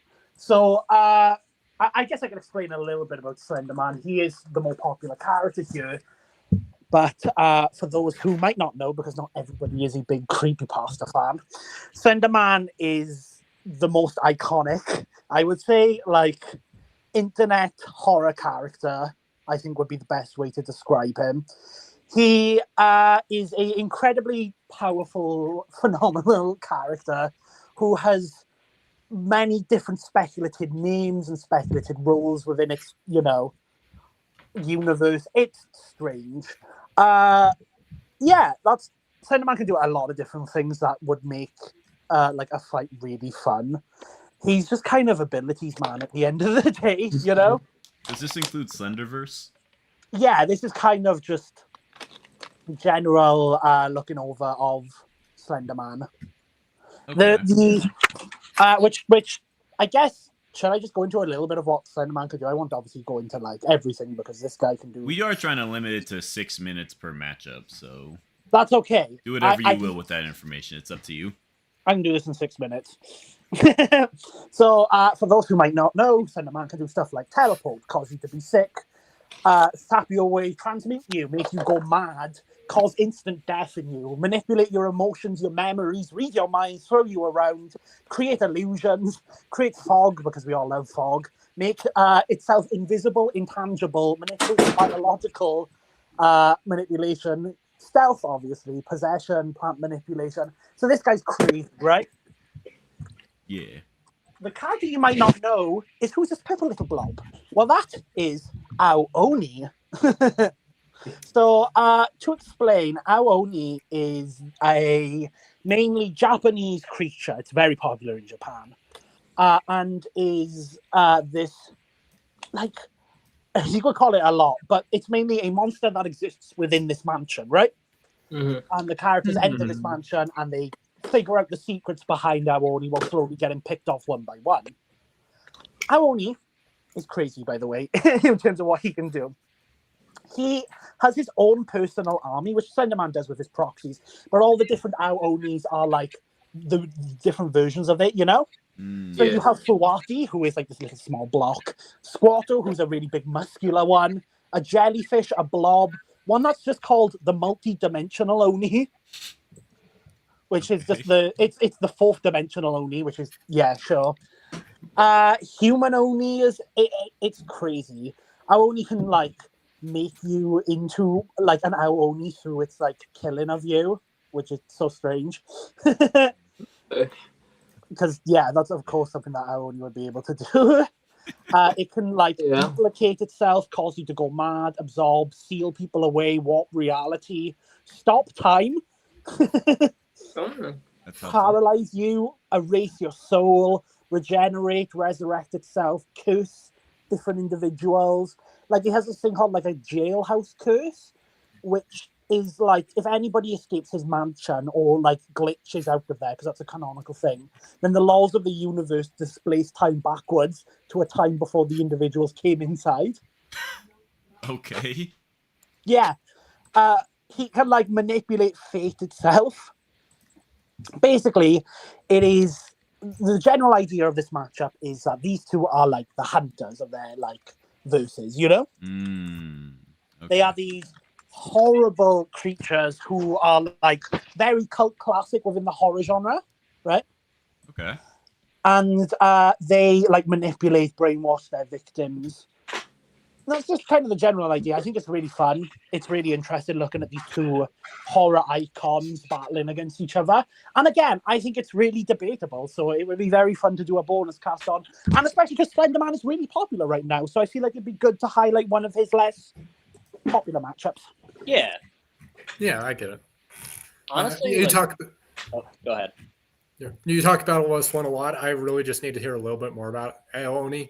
Because again, obviously, like you say, it's very popular in Japan, and you just wasn't a character I'm familiar with. I think this is a very cool concept. I think it works well in matchup that is comparatively more claustrophobic. And what I mean is having less of a space for him to work in because of Aoni being in this mansion. I think that would work really well, cramping him more instead of being as free to go wherever he wants. They usually has the freedom to do so with, and would play really well into that. Some very cool ideas are present with it. I always had the hardest time getting into Aoni because I had no context to what it is. So when I started seeing him in thumbnails, I thought it was like some weird indie horror thing where they just took a random like. But Saul Goodness has joined. The two Saul Goodnesses. Oh, What? Oh my god. He's multiplying like the Aoni. He's duplicating. Which one of you is the real Saul? This just turned to an actual horror. I think this is how this is how some horror movies start. Okay. This is literally the Mandela catalog right now. We need to ask them a question only Saul would know. Quick. What is the best Doctor Who matchup?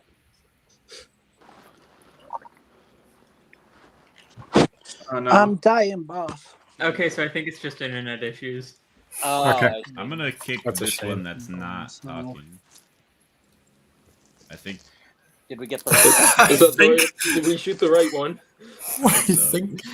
The administrator is. Oh no, we got it wrong! You shot the wrong one! Sherm, you murderer! Oh, they make it look- Saul, you monster! they make it look so much There you easier go. in the movie. I'm back. I had to join in my PC. Okay. Oh, Okay. I was on oh, my you phone. won. They were both imposters. Good. Don't Alright, mind. The TLDR How is because of the is, design of his face. I an thought it was a weird RPG analog maker horror a thing. horror game though. They also both have the really shit live action movies. They have. Oh, we don't talk about that God. shit. We don't Oh, have he has a live action movie. movies. So, real quick, I've been seeing Ao-Oni for a while, and I was like, I recognize this from some shit. I don't know why, but I don't know if have you guys ever heard of a game called Yume Nikki? Yes. I've heard of it. Yeah, I have. In Yeah, Yume that's an Nikki RPG Dream horror. Diary, which is the remake, you can play Ao-Oni inside of it. Oni. Yeah, you guys should play Oni. It's a confusing game at times. So like, if you have to look up the puzzles, I don't blame you. But it's still good. I enjoyed it.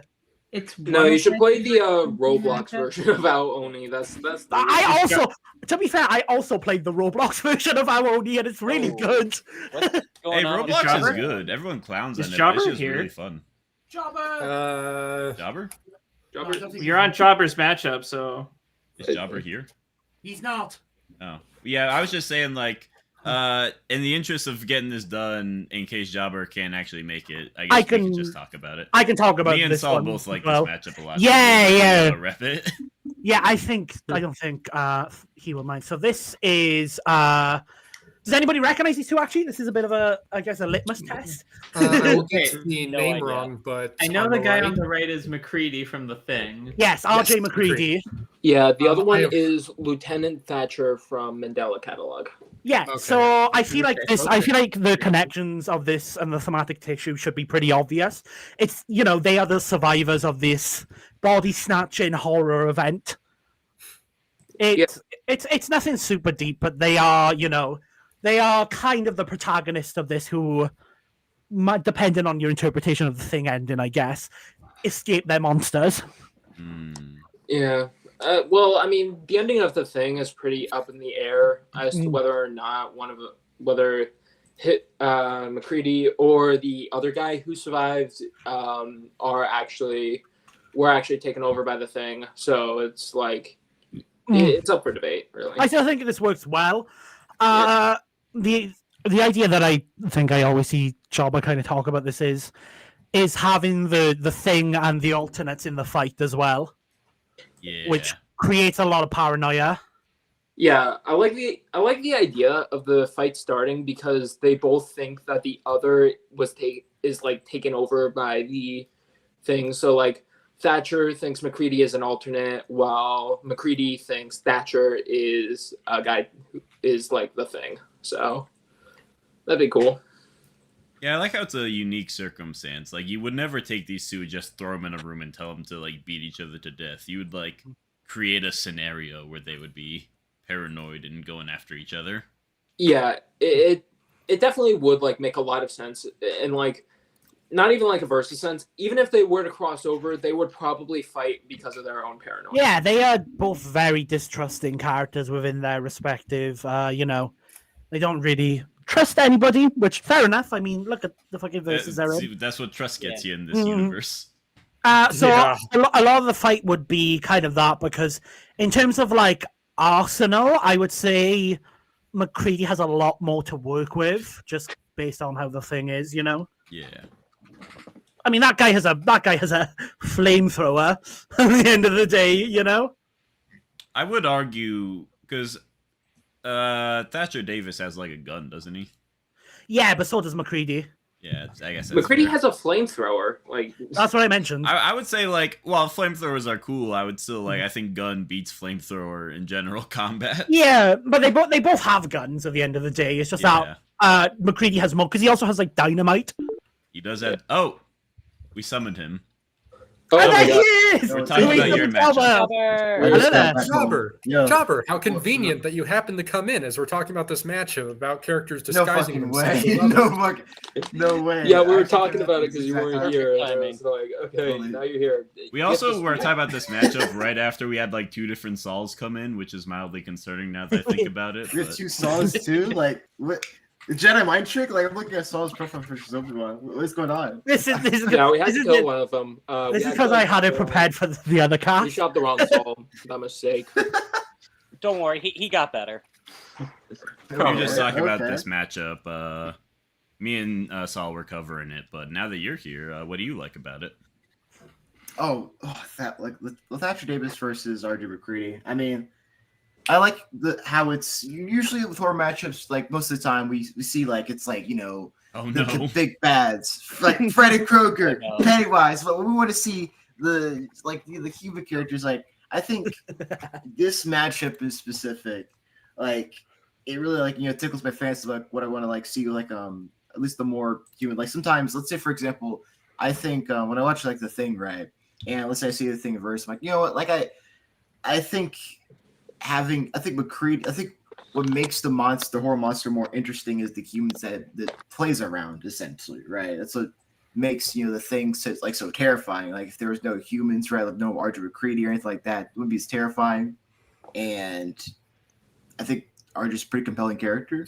Same with let's say, Thatcher Davis, right, main character of Mandela Catalog, right? Both of these series are pretty similar. Like hey, everybody might not be who he's thinking he is, bro. Like he's probably an alternate or a thing, bro. But he's acting kind of like the same as like how you normally see him like act, right? But I don't know, just this matchup in particular. I wish I had some more prepared because like I just literally just got in, but Sorry. I don't know. I just really How love it this worked out. matchup. Yeah, I really love this matchup. For horror, at least. Yeah. I think we have now covered all of our matchup we submitted personally, which means I will throw up the poll in the chat. Did somebody submit? Did somebody submit Collector versus? Did I just see Collector versus? Oh yeah, that was my submission. Oh, cool. I You wish I wanna- got here before. I would say I wish I got here before that because I'm like the only other guy who knows You about this want to one. touch on it briefly? Yeah, I may as well. Shem probably already went over the thematic idea of it. Guy who, breaks into houses and horrible monsters who break into houses and kidnap people. Me and Shem have talked about doing this for a little bit, and we kind of had the idea of making it a more unique bonus cast where the collector's entire thing is about prepping up these traps, right? There was one trap in one of the I think it's the first, because there's 2 movies, where he just puts like 100 bear traps in a living room and a guy falls onto the bear traps and gets like eaten alive, as you might imagine. But and like he has this lair and stuff. So me and Sean kind of discussed this being like a kind of, the collector gets his main thing, which is like his lair, his time to like set up his traps. It's really cool. I really like it. And 4666 like needs as much as a bastard as he is to fight against him. The collector is a true bastard. He is a psychopath. Yeah. It's also really debatable because like they are like 4666 is not like the strongest of SCPs. So someone this human can actually challenge him, especially when like again he's like John Kramer on steroids at times with some of the stuff he pulls. There's like one where there's like something, I think it's like a railing, and a guy grabs onto it, and it does like this Wile E. Coyote contraption and strings him up by a rope. He also has dogs, so we can get dogs.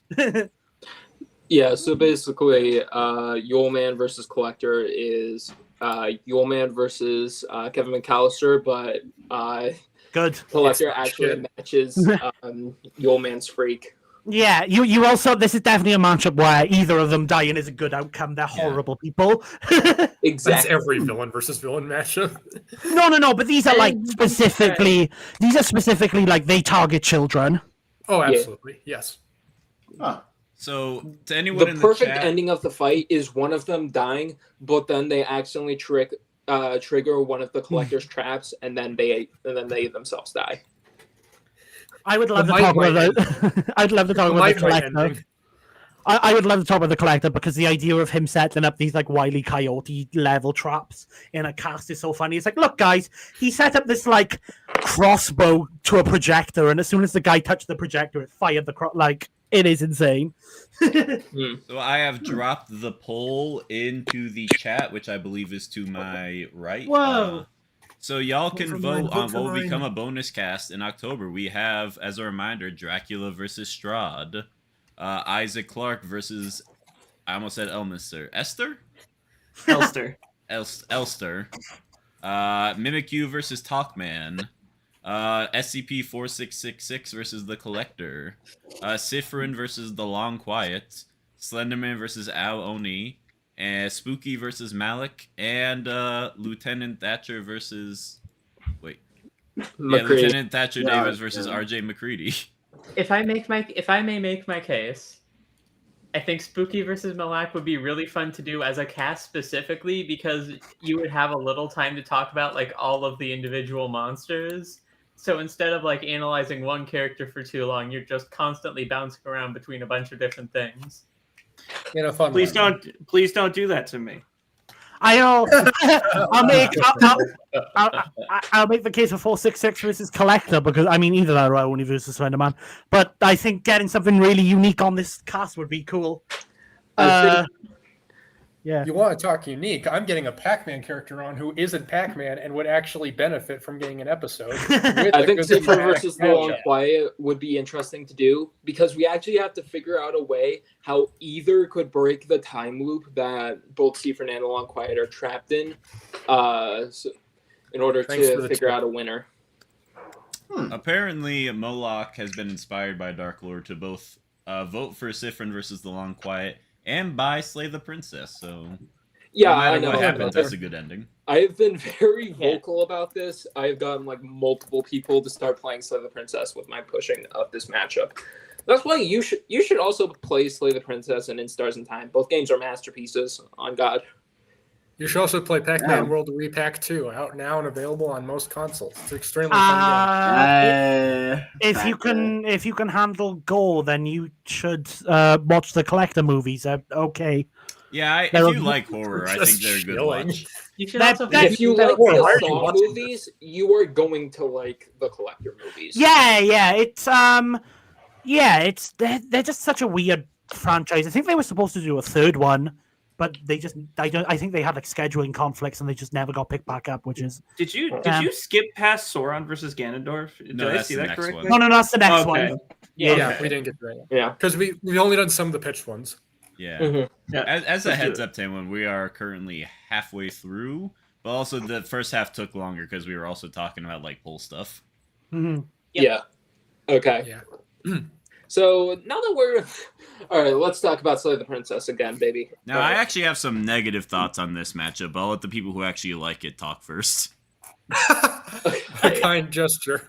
All right, thank you. I think this matchup is really cool. Basically, it's the first two beings that basically within the world of Undertale and Slay the Princess, they're the first two beings that you encounter within the world, and they're basically like, despite the fact that they look like very not intimidating, like just being a princess and a flower, they're actually incredibly dangerous godlike entities who want out of the cycle they're in and know way more about the world than they truly let on. I think this matchup's really cool because you can have Flowey constantly hopping between timelines in order to view different princesses, because how the princess works is she is the goddess of change. So depending on how you view the princess, that would then change how the princess becomes. So if you're scared of her and think she has the power to end the world, then she's going to become a god that can end the world. That's basically how the princess works. So seeing Flowey trying to his perceptions on the princess changing and that causing the princess to change would be an incredibly interesting dynamic. And I really like the themes with this one because one of the main things with Flowey is that he doesn't really want things to change. while the princess is the very concept of change. So you can kind of have them both match in that sense. They're also like incredibly meta beings because Flowey can do things like save your game and then force you to constantly go through cycles of resets, or even like destroy the mercy button as Azrael Dreamer in the pacifist route. While the princess can like lock you out of separate timelines once when she gets to like her shifting mound form. So she can do things like Flowey tries to reset the timeline, but the princess just like stops that in order to force him to kind of like confront the princess. I think it's a really interesting matchup that truly allows you to like go all in with like how powerful and absurd both Flowey and the princess are. Yeah, that's pretty much it. I'm timing out the administrator because they said as long as it's not the princess versus Murphy Law, I'm happy with that. What? Oh my god! What? So they, Oh they- my god! Okay, look, that is the first time I've ever timed someone out in this but Murphy channel. Lawden is a sick ass matchup. Get out of here, buddy. Oh my! That Real fast chat. Remember that only the people on cast can put down other matchups. If you do it in the chat, you get timed out. Also remember that I have an SCP bias, so if you talk against SCP, there will be a fury upon you. the Murphy's Law pistol. Yeah, Oh sure. man! Well, that's why I didn't what? mention a certain matchup earlier. Yeah, Sherm is a just an unbiased leader. Except it's SCP, then I'm very biased. Yeah, you need to seriously allow Sherm to like shitty things like SCP. Yes. Let him Just make like- his own bad Yeah, choices. I know. Like, I've accepted Sherm's shit opinions over the years. Okay, you guys have to accept Alright. it. Well, Real talk though, I'm curious to hear Sherm's holdups because I have no stake in this matchup. I think it sounds cool, but I don't know anything about the princess, so I'm curious. So to give this matchup its flowers, I think thematically it is extremely good. I think the comparisons everyone makes are very valid. My hang-ups with it is how they like function fundamentally. Because Flowey, the way he sees the world and manipulates time is very meta. He is like, he understands that the game is diegetically a game, and he understands that he can like manipulate the timeline. The princess, the time manipulation works very differently, where it's not so much like a resetting the game, like an actual reset of the game. It's like literally just like creating new universes in a way that if you threw Flowey into the Slay the Princess universe, I don't think his powers would work in a way that actually interacts with how Slay the Princess works. I think it would just reset time, and there would be no more princesses created because the princess didn't destroy the universe. Flowey reset the universe, and then it's just kind of like, I think in order to make this fight work, you have to like slightly modify how their time powers work, which I don't like when you have to do that to make a fight work. well, no. I mean, not when I say necessarily. like the princess can lock you out of like separate timelines, this is like when you get to the shifting mound, you can like exit out, and then if you try to like press new game or something, the princess just says no, you have to face me as the shifting mound. So she can actually like manipulate the very game that Slay the Princess is running on. Yeah, that's the shifting mound. I'm saying like when we like starting with like the princess is where like I don't think they can actually really fight in a way that makes sense if you take their powers literally. I mean, Is the shifting hold up? Isn't the shifting mound a consistent being, even if the princess isn't currently enacting it at that point? It always exists. I'd like Yeah, to throw out there that I think the matchup is good and makes sense. I just have hangups about it. Well, no, I'm just trying to ask the question. I'm not trying to like argue. I'm just trying to ask the question, right? So the shifting mound is a constant. So Oh my regardless, God. ow, my ears. Holy So regardless, Oh my gosh! Jesus What's Christ. going on? Regardless You're if taking too long. it's not active, it would still exist even if the timeline was reset, from my understanding at least. Yeah, right? like within Slay the Princess itself, even if like after the princess gains a new perspective and then like everything gets looped back, then like the shifting mound still exists and the princess still has this like perception. I personally really like the idea that the finale is led up to, where like Flowey constantly keeps absorbing the souls of the different perspectives of the princess, but then for the finale, like the shifting mound just takes all the souls into herself as like the different perspectives, and then Flowey's like, "No, these souls are supposed to obey me," and then he goes into the shifting mound, sees everything, and then he goes Azrael, and then it's kind of like and then you can kind of really lean into like the whole concept of change versus wants everything to stay stagnant thing. Speaking of controlling souls and all that, Sauron versus Ganondorf is fucking awesome. This matchup's sick. I love this one so much. This is torpedoed its way up into my top 10. And I first heard it from Saul. Funnily enough. Did you? What did It's I your do? cast. Oh Your cast. yes, I did do the cast on this one. Yeah, that was a long time ago. in another life. I don't think there's not really a lot to say. It's just fun. Yeah, this is Two one of the evil few guys. times where the fan battle cast will actually like do a cast that some of our crew have already done, so it'll be like a run back almost. Yeah. We're doing Ganondorf versus Sauron to the Squeakquel. Mm-hmm. Game over, Have guys. Saul- Ganon's coming back. Have Saul and Pin debate this again, so Pin No! could No, I be sad. I already got the videos lined up for this one.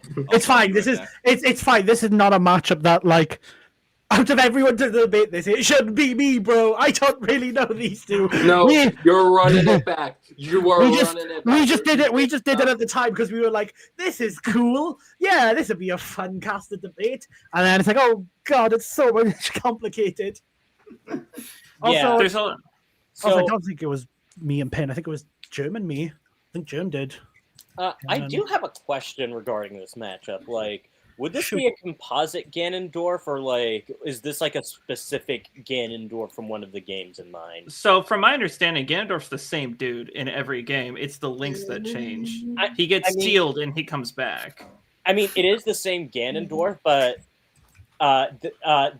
depending on the timeline, he ends up very differently. Like in the adult timeline, he ends up evolving into like the Ocarina of Time becomes Ganon, and then he dies, and then he gets reincarnated into the Breath of the Wild one. Then in the Fallen Hero timeline, he becomes like the Beast Ganon, and then in Wind Waker, he just kind of gets sealed underneath a giant ocean. I would imagine that you would just use Tears of the Kingdom because, from what I believe, at least, I'm going to say air quotes, canon timeline converges on Breath of the Wild with all 3 separate timelines that exist, and then it goes directly into Tears of the Kingdom. So regardless, you can probably just give him anything by using that version and have it make sense. Oh yeah, that's actually fair. Yeah. I would prefer it if we didn't use Ganon's design from Tears of the Kingdom. It's cool, but like, if this were to be an episode, I'd rather use like a more standard Ganondorf, like how he looked in Twilight Princess. Is I guess What you don't like Daddy Ganon? Come on, man. Okay, look, I'd be too distracted during the fight to. I do think Tears of the Kingdom Ganondorf specifically does have a couple cool matchups, but this isn't about him. This is about Sauron. So yeah. Plus, my question would be what design would fit Sauron? Because what it comes to mind initially would just be using the design from the Hyrule Warriors, because I feel like that aesthetically probably fits Sauron the most. Like, I've been saying that the Hyrule design for Ganon has been like really cool design and needs to be used more in things. So thank you for validating me on that. Shim's run away. He's gone. Get back here. We're gonna discuss the things of evil. The matchup seems okay though. At least. Don't know too Either much way, I think you can make arguments, no matter what design you use. I think you can make arguments that you can just composite Ganon and have it make sense. You know what I mean? Oh more yeah, than the other Zelda characters at least. I was just more curious on the intention behind what Ganon, rather than like the viability of it. If we're gonna use Sauron again, though, I say we stick to the movies. He's only allowed to be an eyeball. I mean, no, technically at the start of the movie, he does appear as him full self. Oh, you're right. You're right. I mean, Oh, yeah. we found the workaround, baby. Let's scene. go. Let's go. I mean, he Yeah, is still a guy in the movies. We just never like see what he looks like. He's Yeah. just Yeah, but no, chilling they do out. have the scene of him like whacking the armies, and they all go Yeah. like fly in and go like boom. Literally right in the beginning. And that's it. Right at the beginning, and Do we we never give it, see like- him again in full form. Do we give deleted scenes because there's Actually, like guys- a deleted scene where he shows Well, up you would in the just final go- fight. If we're debating on what design we should give Ganon, we should give Sauron the Lego design. I'm just saying. I'm just saying Sauron from the Lego Lord of the Rings games. I feel like should be his design. That's Honestly, fucking crazy. yeah, I can see it. We haven't talked about the matchup that much, but like I it's feel like it's already pretty well loved. It could Yeah. be for itself. Not to You could- spoil the cast too much, but I've made like a private room for who I want the debaters to be, and I've been talking to them about the matchup. And I think what's really interesting is just their soul manipulation interactions, because Ganon has very layered soul manipulation, but Sauron has very layered soul manipulation resistance. So it's very interesting to see which, and like they both have ways to like somewhat manipulate concepts in a little bit of a way. So it's very interesting how those abilities interact. And I think that's very. It's mostly to deal with how like the voids, which in what is it? What's the newest Tears one of with Kingdom? Zelda? Echoes of Wisdom. Oh, Echoes of Wisdom gives Ganon the ability to like spawn like null sectors. Oh, oops. I'm ow, getting deafened by that each time. please Sorry, I'll stop. Is turn that Sonic? Did I see it? I'll How turn many the more volume jump down. scares are we gonna fit into this cast? My gosh. Basically, to summarize my point before we move on, there's an argument that Sauron can always come back from his concept, but Ganon's the Void can like destroy concepts. So it's like, there's a way that might interact interestingly. All right, Hmm. moving on. Okay. What's next? Part of the reason, real quick, part of the reason I like that one is just because of the nitty gritty you have to get into to determine a victor. Hannibal Lecter versus Johann Liebert. I What the can speak a little bit about this. I mean, I really need to read Monster, but I'm a big Hannibal fan. I love Silence of the Lambs. It's like one of my favorite movies ever. I'm sure most people recognize Hannibal Lecter. He's this icon in pop culture. This is an intelligence matchup through and through. It's trying to look at how these two outsmart each other. The list of connections between these two is like, it's insane. I'll be honest. But the idea is them being these, serial killers who have this more like smarter front. They come across as very chill individuals when they're really not. I love Hannibal Lecter. He's amazing. He's just fun. Yeah. I haven't watched the Hannibal show yet with Mads Mikkelsen, which is supposed to be really good. But I have seen all the movies, including Hannibal Rising, which is really bad. But like I think the page of thematics is like 3,000 words long. More. Oh yeah, it was Yeah. like one of the longest pieces of connections in like all. It was like the longest in DBM history at one point, I think. Yeah, it was definitely up there. So yeah, just the general kind of idea is like a cat and mouse thing. Normally my eyes glaze over when the connections are too long, but these connections at the MX were so long that it went back to being impressive again. Yeah, it's one of those. I think it's pretty neat. Again, I know nothing about Johan. I haven't read Monster. I'll get around to it. I say that about every single Yeah, movie. calm down, chat. He'll do it. I do know at least like say some things about Johan. I watched a good bit of Monster, and so with this fight, like it's already pretty interesting, but like I kind of like wonder how exactly it would start. Like Johan is a character. He's one of the most mysterious like horror villains like I think I've ever seen. Like his backstory, his backstory is very similar to if y'all seen Definite like L, right? Where like Remy's house where they train these kids, right? In order to become like it's like super intelligent or whatever. But like Johan's backstory takes it a step further where like not always like trying to become like super intelligent, psychological like manipulators, but also like just soldiers, like super soldiers, if you will, and some crazy shit like that. And Johan, he's such a good manipulator. Keep in mind, this is when he was a child. And keep in mind, there's other kids around him that are close, or at least a similar level to his intelligence, or whatever, right? Manipulation, because they're all been trained for this. Mhm. That in this little school / camp, right?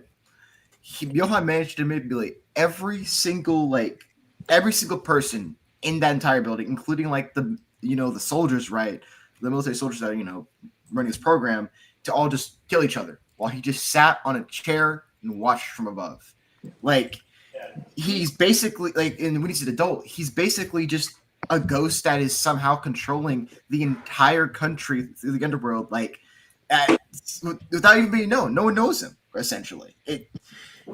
I don't know. I'm just like interested to see how like the fight. I think the only way for the fight to start is if Johan takes interest in like Hannibal. I think Johan's the only way this fight can. Johan being active can fight. This way make this fight start, basically. But like Hannibal is a genius in like psychiatry. Basically everything. He is a genius, and he escapes from like every single situation that he's a part of. Yeah.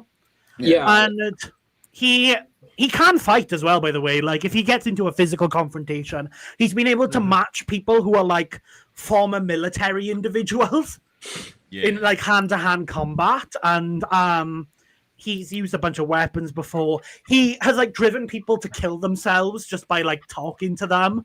But he has like hypnosis and drugs. It's pretty cool. I need to read Monster. I will one of these days. Yeah. Johan is also a master manipulator. Like, there was one time in the anime where, like, he was talking to, like, some cop who, like, according to the story, he was, like, he got tricked and he accidentally shot a guy. But then in, like, 5 minutes of talking to the guy, he deduced, like, he was drunk and he knew exactly what he was doing when he shot the guy. And then he handed the guy a bottle of whiskey and was like, go on. Drink some more. Like, this would be an incredibly cold matchup where, like, I really like the idea of, like, once when Hannibal or Johan is, like, about to lose, they, like, break the facade and actually, like, start panicking a bit because, like, they were beaten, which is not supposed to happen. Which I think could be cool. I think for, like, well, I don't think... At least from what I've seen so far of Monster, I don't think that's too in character for Johan. At least to break facade or anything like that. But actually, wait, no, I just remembered. Johan, he has like some sort of mental illness that like causes him to not feel emotion. Okay, that was my bad. I forgot that. I was gonna say Hannibal very much is a calm individual throughout everything. Yeah, I mean, I was just thinking like, when they have like well and truly lost, they kind of just like break a little and start like losing it a bit. But like, I don't know. It was just an idea. I just don't think that would work for this type of matchup. It's cool though. Yeah, I like it. I think Hannibal. Yeah. Who's the worst Hannibal person between these two? Who's the what now? Wait. Who's the worst person between these two? That's hard. One of them is an active cannibal. I'd say one of them gave a recovering alcoholic alcohol. That's actually not terrible cannibalism now that I think about it. But like Johan is a monster. Johan, but to be fair, he made someone eat their own leg in the show and stuff. From what I know, that's crazy. He gets up to a lot of shenanigans. Who's worse is definitely a question that should be left up to Death Battle when they do the matchup in 2025. Yeah, I think the thing he took a guy's face apart and fed it to another guy's dogs. Like, yeah, right. He did that. I might be I'll say misremembering, really quick. but doesn't Hannibal have like respect for a couple select people or something? Kind of. To an extent, yeah. He has some sort of respect to like the protagonist of Silence of the Lambs. Her name's escaping me right now. Clarice. Starling, That's her name. That's her name. Yes. and Will in the show. I think for like Johan though, like in terms of evilness, to give an idea of like how evil this guy is. Okay, keep in mind, I'm just gonna put some other people's like other characters in this series, right? Like another very big antagonistic group in the series. So Johan is so evil that like personality wise, like he basically manipulated and led a group of like actual, I swear I'm not joking, actual like Nazis. They saw this guy as like the next like they're on some terrorist. It was crazy. I was like, what the fuck's going on? This is That's crazy. pretty solid in the evil category. Yeah, I see Freddy.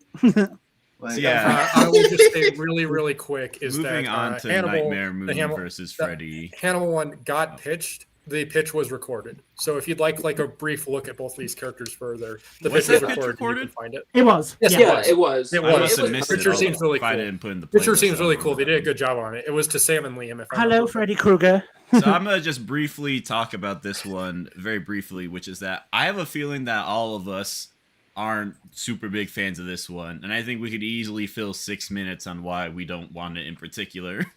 So I think it'd be a little more interesting if we kind of This talked matchup about. is a guilty pleasure to me. Like, if I were to look at it objectively, it's not really that great. But it has one benefit over any other matchup in existence, in that it allows Freddy Krueger to call a My Little Pony character a bitch. I'll give it that. Finally, just what I've been waiting for. Yeah, I I've been waiting will- for it. I'm willing to talk about Freddy, at least. I'm more than willing to talk about this one because I actually like it. Fight, Oh, really? I'm I think. not a From what I big know.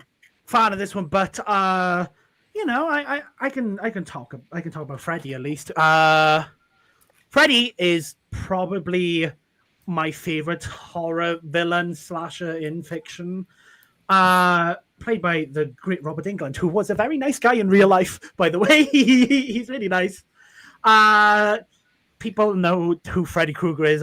You know, son of a thousand bastard men, who became it's 100. Yeah, not 100, not 1,000. He, you know, Stringwood slasher, kills a bunch of kids, becomes a dream demon, keeps killing kids, becomes a pop culture icon, and is now literally everywhere. I think the debate is interesting. I think that's cool. Yeah. 'cause This matchup, I this think it matchup is was kind genuinely of. debatable. I think this matchup was initially kind of pushed as like, lol, it's Freddy Krueger getting defeated by a My Little Pony character, and then people realize Freddy's actually really busted because of course he would be. Yeah. Right? Yeah. I am going to be one of the people debating this one, so I have many an opinion on it. I'll Yeah, give this my is short. a Saul versus I'll give my short. this is a Saul Saul versus Paul Paul. fight, isn't it? Oh, Mr. Paul. Nice. Yeah, it's a Saul versus Paul. I will give my short rundown thoughts on it, though. I had never heard of this matchup until I first discovered the commission track. That was my introduction to it, and I think it was for a lot of people. My thing with it is it's one of those, I completely get most of the issues you have with it. If your issue is the tone, no problem. I completely get that. I think it gets shit on way too much. I think it gets looked at face value and just gets more torn to shreds instead of just, it's not my thing. And yeah, Freddy tearing something to shreds is fine, but I really do feel like it gets way too much hate. And this is a more minor thing. I like that it's a Freddy opponent who would not crumple into a crying little ball of whining piss if they lost to him. Pennywise absolutely would. And I like that matchup, but I like the idea of an opponent who will not take his shit, will genuinely not refuse to back down and just continue to fight against him. And I also like the idea, this comparison will sound weird, because this is Nightmare Moon and not Princess Luna, which does make a difference. Wait, is it not Princess Luna? Yeah, it's Nightmare Moon. I just used this render because I thought it looked better next to Freddy. I didn't realize it was specifically Nightmare Moon. So good news, that is a Nightmare Moon render. Yes. There's minor differences like the horn being different, and she of course grows sharp teeth. But it is specifically Nightmare Moon for the matchup. This will be a weird comparison. I like the Phoenix versus Raven style of the vibe and the thematics, especially that sense of, because Nightmare Moon, like Daybreaker for Princess Celestia, is a form they had to be saved from. It's their darker impulses being brought to the light and taking over them. And I like the idea of both Princess Luna and Nightmare Moon fighting against Freddy. That difference of I will save everyone and I'm going to tear you apart. I am the one who causes their nightmares. I think that's a very interesting dynamic. If I was Ben Death Battle and I was making this, if I was forced to do this matchup, I don't know if I would specifically use Nightmare Moon because it feels very weird to like take a character and only use them at a certain point in their timeline unless it's like something very specific like Kid Goku. Like, I feel like you're just essentially cutting out part of Luna's story and arsenal at that point, even if it like makes more aesthetic sense. Well, and I'll be doing more research on it. It was that, like Daber, it's that it's not like a alternate version of them. It's a form. It's an impulse, a mental change that affects them. That I do think it plays a part in this, and that I don't think. Again, I have to do more research into it because I don't know how much after her first debut Nightmare Moon appears, but I do think there is more to it than just, well, this version is evil, so she should fight Freddy. Yeah, and I will say this, as someone who used to be, like, really not a fan of this, my feelings towards it have gotten better with time. Like, there are actually a lot of cool things about this matchup, and while I do still have another preferred, like, I still think this is, it wouldn't be the worst matchup to go against. Like, I would have fun with this. I think it's really funny the idea of like, because one of Freddy's things is that he just really can't be killed, you know. And one of the main things about that is the dream demons who give him power keep on bringing him back. So I imagine him dying to Nightmare Moon a bunch, and the dream demons just pulling him aside and be like, "Lock the fuck in, man." We need Yo, gang, this is they get really mad when he's struggling this hard. They get really mad when he's not doing well. They How are you losing to a pony? They kind of get mad, not just when he's not doing well, but kind of like if they're not lining up with the dream demon's purpose. Yeah. If he's trying to do his own thing too much. Yeah, which, considering this would be like a death battle fight scenario, I don't think the Dream Demons would be like, no, stop. I think they would just be like, Freddy, stop joking around and lock the fuck in. We've been here 5 times in 20 minutes. Stop that fucking pony from blasting you into pieces. We gave you the power. And he's like, oh, fuck. We are at time. I'm sorry. I do want to say one thing about using Nightmare Moon specifically over Luna, which is that Nightmare Moon does have a kind of similar thematic parallel to the Dream Demons. Is that she has like her own like shadow demons, which helped turn her into Nightmare Moon, which could kind of be like a resource that she could use. So like there's like that which normal Luna wouldn't have access to. I imagine this matchup would probably use later Nightmare editions of Freddy when he's a lot more like. One of the things he does in the movies is that he's like, there's like a deaf person, right? So he drops like a hearing aid. The guy puts it on because obviously he's deaf, and it just like it doesn't really work properly. So Freddy's behind him, like making all these noises and stuff, just trolling the guy. I imagine you go with a lot more like trolly, funnier, more pop culture-y Freddy than like his Nightmare 1 and 2 appearances and 3, where he's just a sadistic little bitch. Oh yeah, that makes sense. He would probably. I really feel like out the fucking game. He has to pull out like the fucking power glove. The power glove. Yeah. He's not using the power glove. You think you have power? Well, I have the real power. Wagga. But you I'm gonna turn this horse into blue. You seem like a superhero to this pony village of yours, but I'm the real super person around here because I'm Super Freddy. Super Freddy. Super Freddy sucks. We hate Super Freddy. But all my homies hate Super Freddy. The Super Freddy. But I do want to say one thing though, real quick for that matchup. Like, I agree with Deadass. Like, I don't know much about My Little Pony at all. That was really kind of like my series. Like, but for like, I've seen the track for Freddy vs. Luna. That gets like the job was like it's like the track is so good. Chef's kiss of dopeness was definitely applied to him. Like, dang, it's a good track. And the way y'all are describing the fight, it seems like something I'd actually be interested to see. As if Freddy were to get a run back after like Pennywise. For Luna, I don't really know much about her. Like, the only thing I knew was like, wasn't there like I think it was like some type of like song or something that My Little Pony did with like Luna. It was like some dubstep stuff. For some reason, like someone like 3D animated and Scout was there from TV2. I don't even know, but I don't know. There's been a lot of fan-made 3D animations of My Little Pony over the past 10 years. Yeah, I was like wondering why I have one very last quick point about the matchup. We have a lot to talk. I thought it was going to be like a 3-minute conversation on that. Yeah, match, but I didn't realize we'd have so much to God, talk it's about. just a strong about point, and this is Luna Freddy's versus matchup in Nightmare. general, but I mean, fuck. with Nightmare Moon and Luna is that, again, much like Celestia is, that is a darker form that they lost control over themselves and allowed them to break into and don't exactly want to keep doing that. Freddy could literally pull a mirror on her and start transforming and forcing her to face her greatest fear, letting herself lose control again, which I think is something he loves doing, is emotionally fucking up people like that. He did it to Jason. I think it would really work well doing that to her. So Luigi versus Pac-Man. Hey, It's Anyone fun. like this one?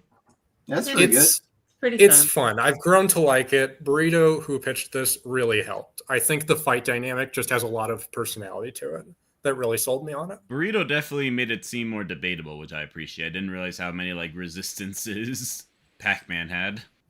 It's just some simple, clean fun. And his stats No are harm in weird. it. There's just it's nice that Pac-Man has such a variety to him that plays well off of Luigi. I think that helps a lot.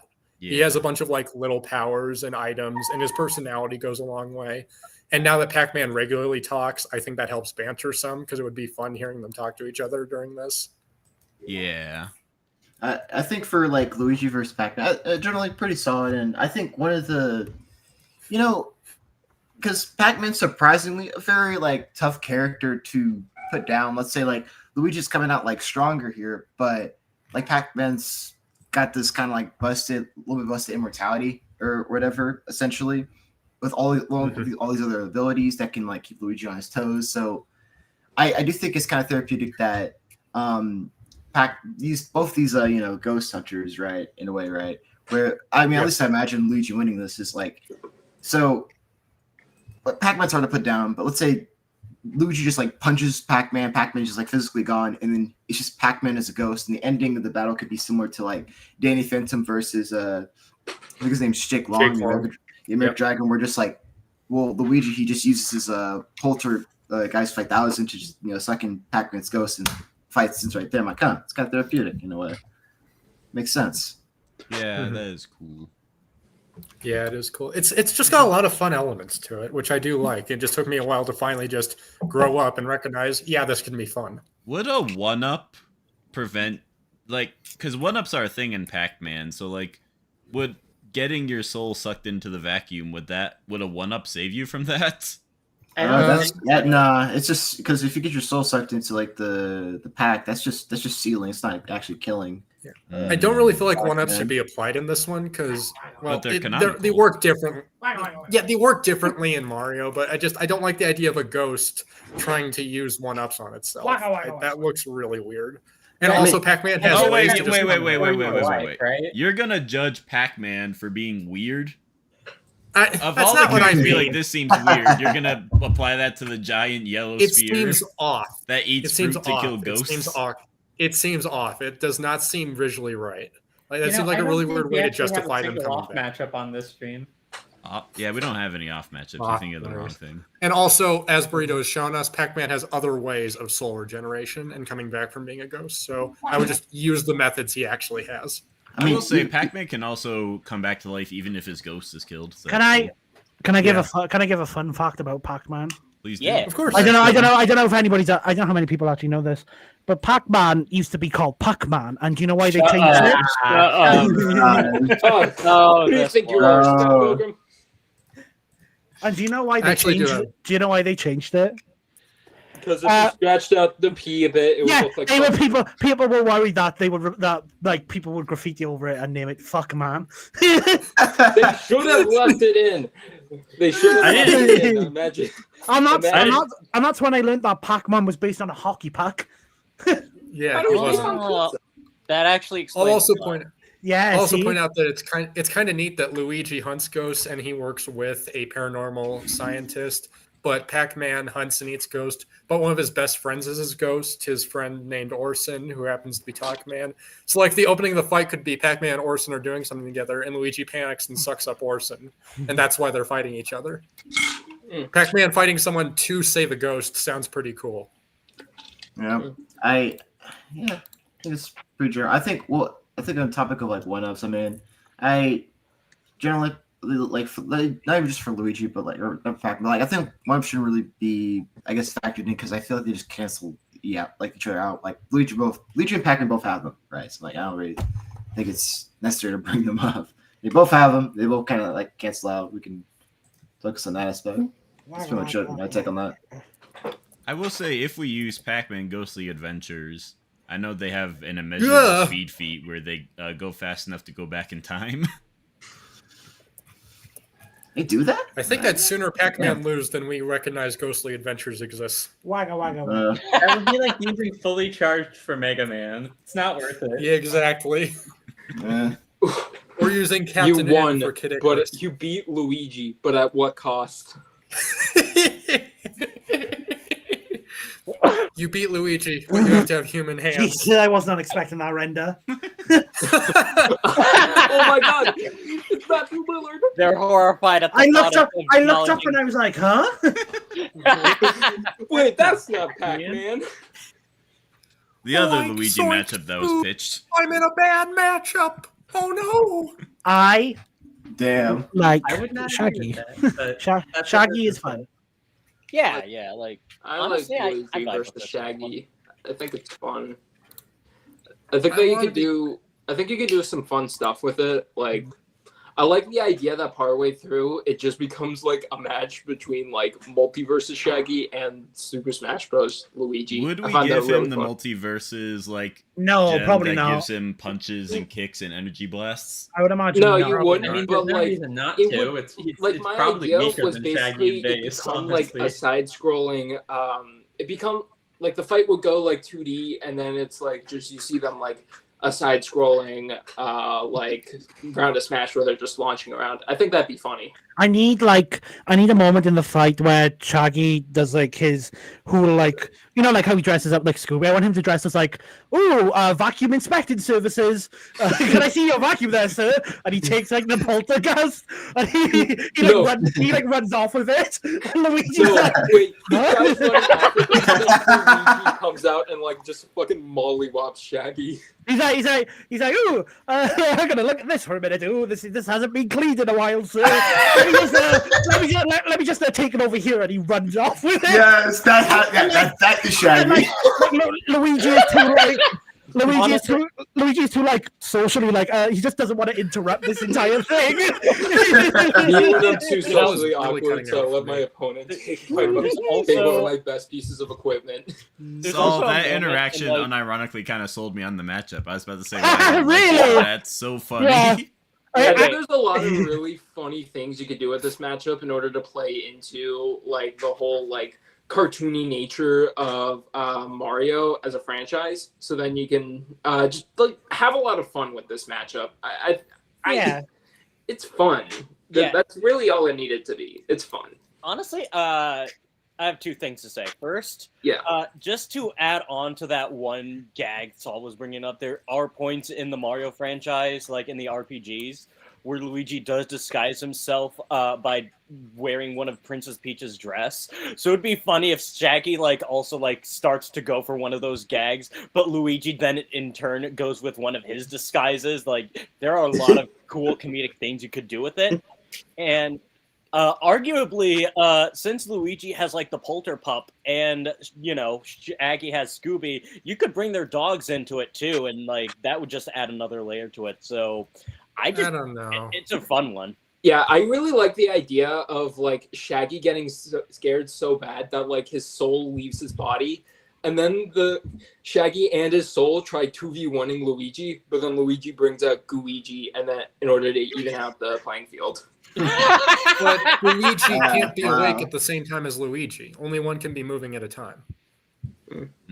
I will say in the multiplayer mode, something there's that everything. holds this matchup back for me is that I think Luigi isn't just a cartoony scared Scaredy guy. cat. He is also like a legitimate combatant and is good at fighting, in addition to all the goofy stuff. So I feel like that aspect isn't really used at all here.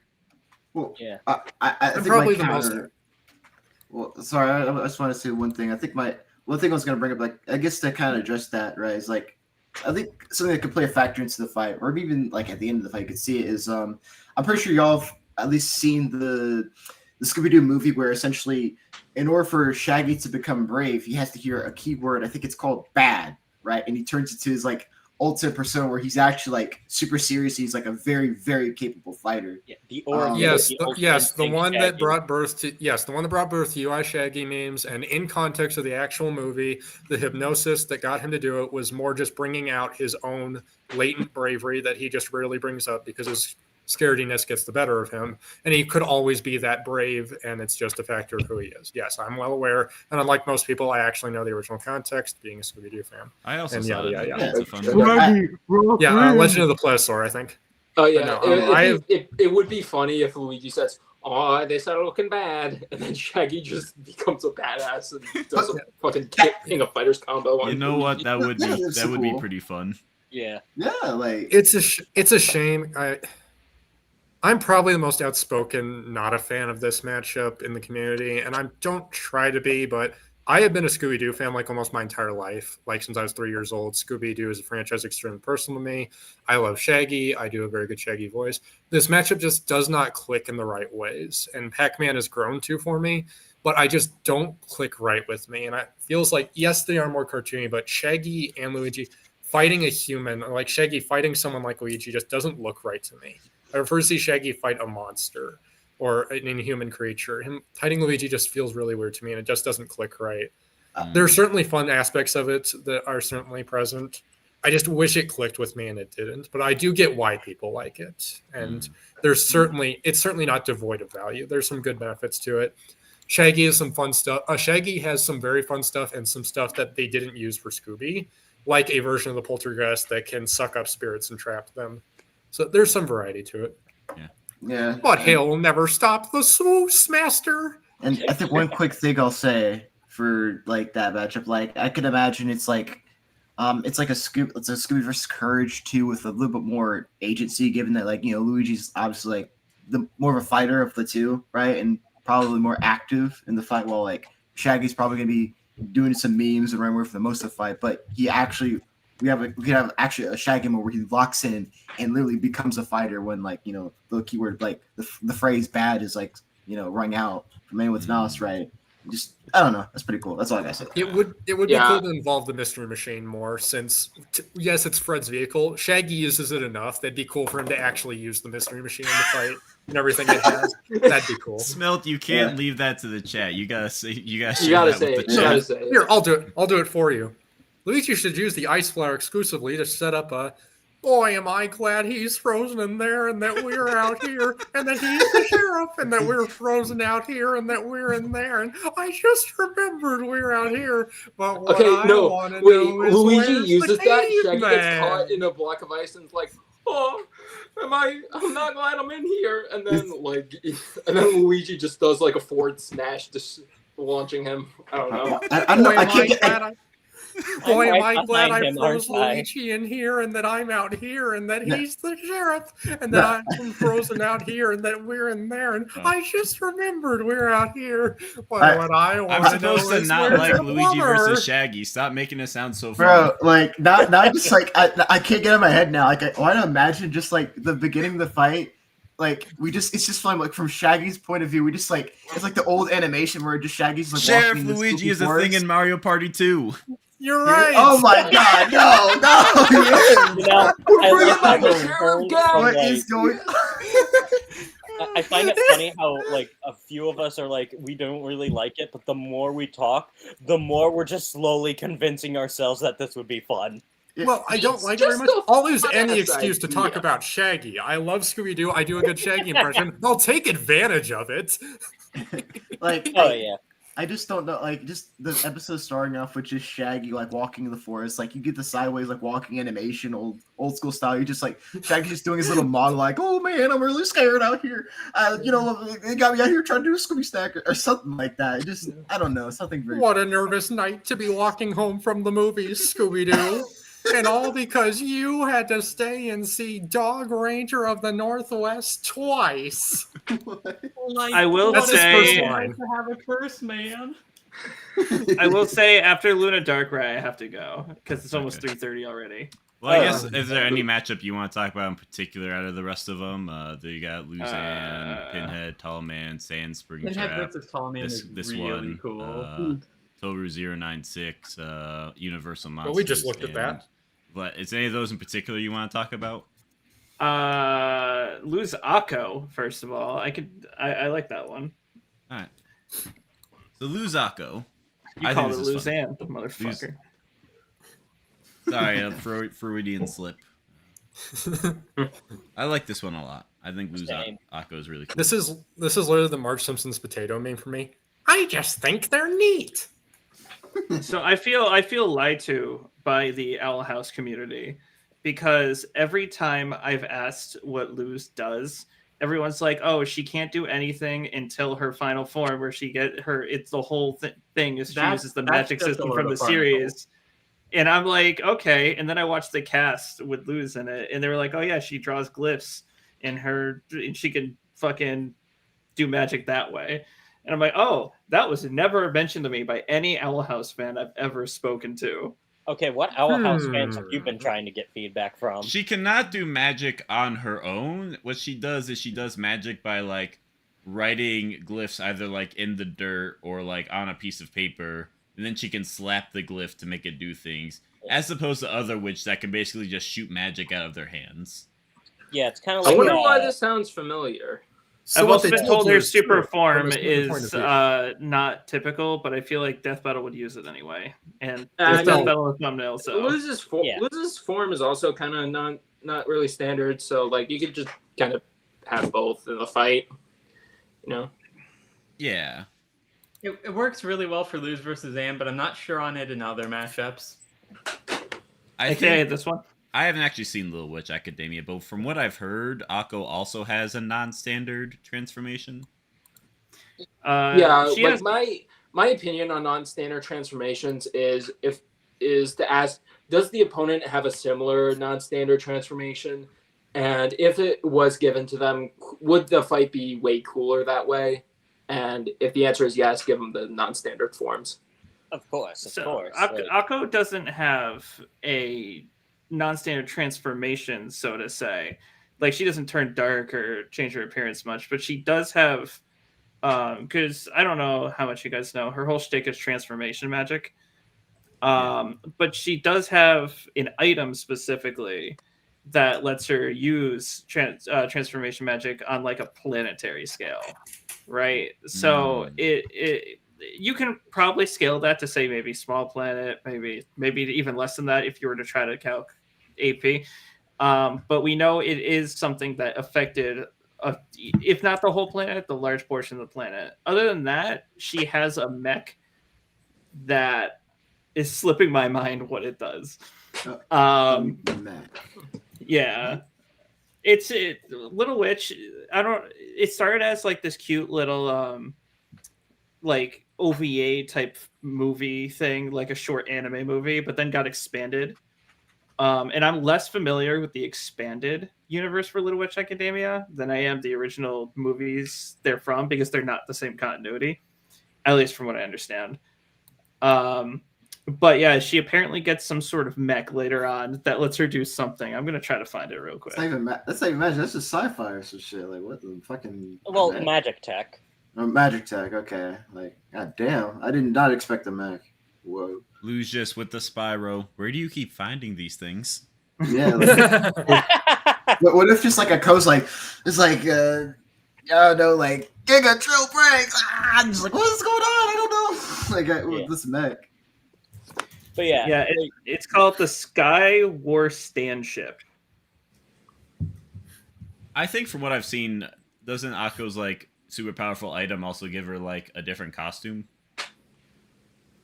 Like I've seen pictures of Akko where she's wearing like some weird, colorful red and white witch outfit, isn't she?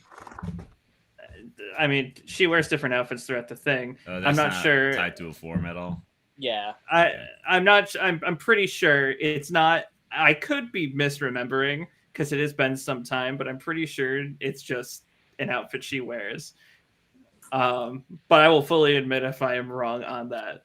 But outside of logistics, we should probably also talk about why the matchup in general is cool. They're fun together. That's true. They have good Talking about the chemistry. There's logistics a wide does variety make of the powers matchup together. cool. They're very charming and enjoyable characters together. There's a lot of good personality to deal together. It just has a lot of that good vibe that I want to see Luce versus anyone have. I think a big thing with Luz is it's really cool. Like, she loves learning about magic. So I think it'd be really cool. And I think Akko has somewhat of a similar thing going on where they love magic. So I think it'd be cool them just reacting to each other's magic.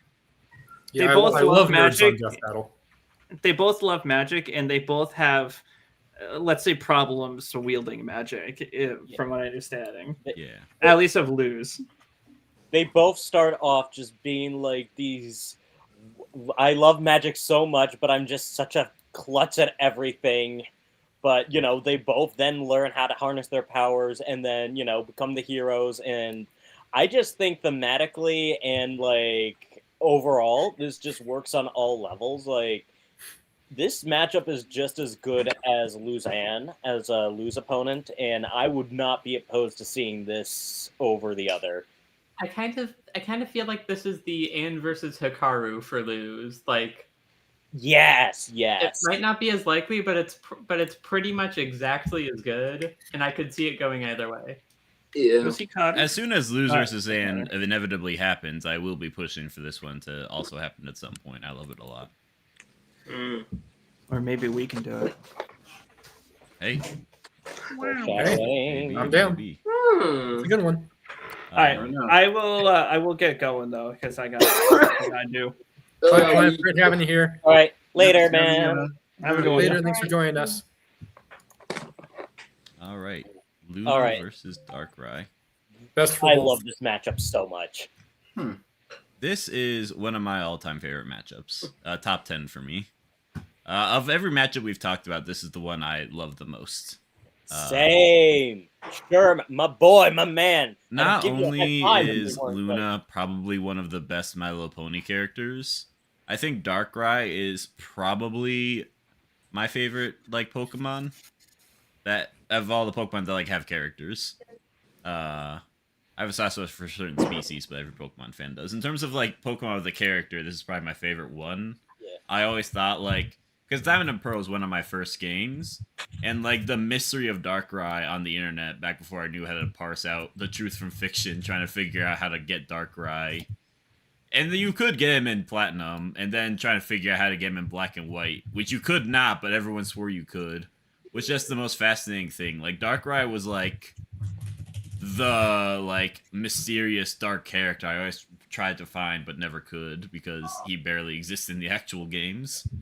Yeah. But he's just so cool, and I love him a lot, and I love Luna similarly, and I like how these guys have a similar tone, and there's no issue with them fighting each other. One thing I really like about kind of like this matchup, outside of like the better tonal stuff, is that they actually do have some interesting thematics. Because I haven't watched too much My Little Pony, but I am aware that Luna, after she kind of gets friendshiped rainbowed back into being herself again after the whole Nightmare Moon fiasco, there's like this little stigma with her for a while that, you know, because she used to be Nightmare Moon, a lot of people are still kind of like afraid of her, especially with the whole Nightmare Night, a holiday based about like, oh, Nightmare Moon's gonna come out and eat your soul or something. And she was the first villain of Friendship is Magic. That makes a pretty big difference. Oh yeah, and Darkrai kind of has like a similar stigma. Like, it's interesting because like in the games, they always portray Darkrai as this malevolent, dream eater. Like, he's just known as being evil in like almost every game appearance. But whenever he's in the anime, he's kind of portrayed as this misunderstood thing. Like, he just naturally causes nightmares just by being around people. It's something he can't help. And a lot of the time that causes people to drive them away, when in actuality, he's kind of just like trying to vibe. Like in the movie he starred in, Rise of Darkrai, he just wants to hang out in the garden after, you know, getting injured and being nursed back to health. And even in some of the animes, like, you know, they always portray Cresselia and Darkrai as like enemies, but I know in like Pokemon Go or in Journeys, or, you know, the one with like the last one Ash was in, there was an episode where, you know, the villains are after Darkrai and Cresselia, and it turns out that both of them are actually just kind of besties. So, like, I just like that idea. You know, these are both nightmarish creatures that are actually a lot nicer once you kind of understand them and not just judge based off appearances. And Absolutely. It also lends itself to the fight itself, because it could be an easy misunderstanding if Darkrai just somehow ends up in the MLP universe, accidentally starts causing nightmares, and then Luna's just like, oh no, a dream creature, I need to take care of this. So, like, it also creates a natural point of, like, starting the fight at all. I'll add a little to that, is actually, of all things, my first introduction to Darkrai was Poke Park 2 Wonders Beyond for the Nintendo Wii. Oh yeah, he was a villain in that one too. Yeah, he's the main villain of that one, but he's explicitly not a villain. He creates an alternate park called Wish Park that is explicitly intended to be a new place for you to be able to enjoy things forever and do things like eat as much cake as you want, dance, fight. But the problem was how much he literally became like a Walt Disney type figure of it and just lost control of understanding the difference between letting people be there and forcing them to stay there. And then it causes a black hole that's destroying everything, and he sacrifices himself for it. I would adore the death battle analysis for Darkrai. I think they could really stitch everything together in a way that's just so compelling. For like, I think I already said my piece on like Lunas. I don't think I got anything new. I've seen this matchup a lot. I absolutely don't know who Darkrai is. Like, is he like is he a dream Pokemon or something? Like, so Darkrai is a Pokemon who causes people to have nightmares. Yeah, and usually what happens is in the game, you get a special feather or item from Cresselia, which lets you take Darkrai out of the dream and initiate a Pokemon battle with him. Well, the general idea for Darkrai is like he's like a dark type legendary Pokemon. So in Sinnoh, there's like new Full Moon Island. Or I forget which is which, but like there are these two islands. One is with Cresselia, who's like the Pokemon known for like causing good dreams, and then Darkrai is kind of like her counterpart, being the Pokemon of Nightmare. Whenever he goes around, they cause bad dreams.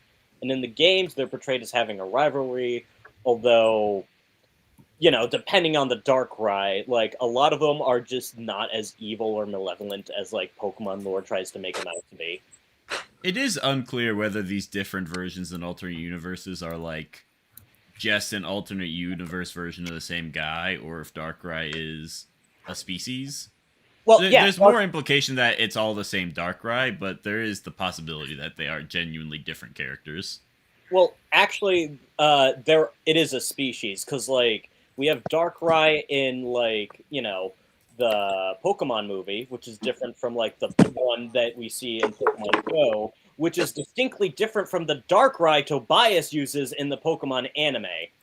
So there are multiple Darkrai. So it's both a species, but there are some notable characterizations. The funniest way for Ash to lose a championship, by the way, he's just on a winning streak, and then one guy pulls up with like a full team of like 3 different legendary Pokemon. It's like, why do you exist?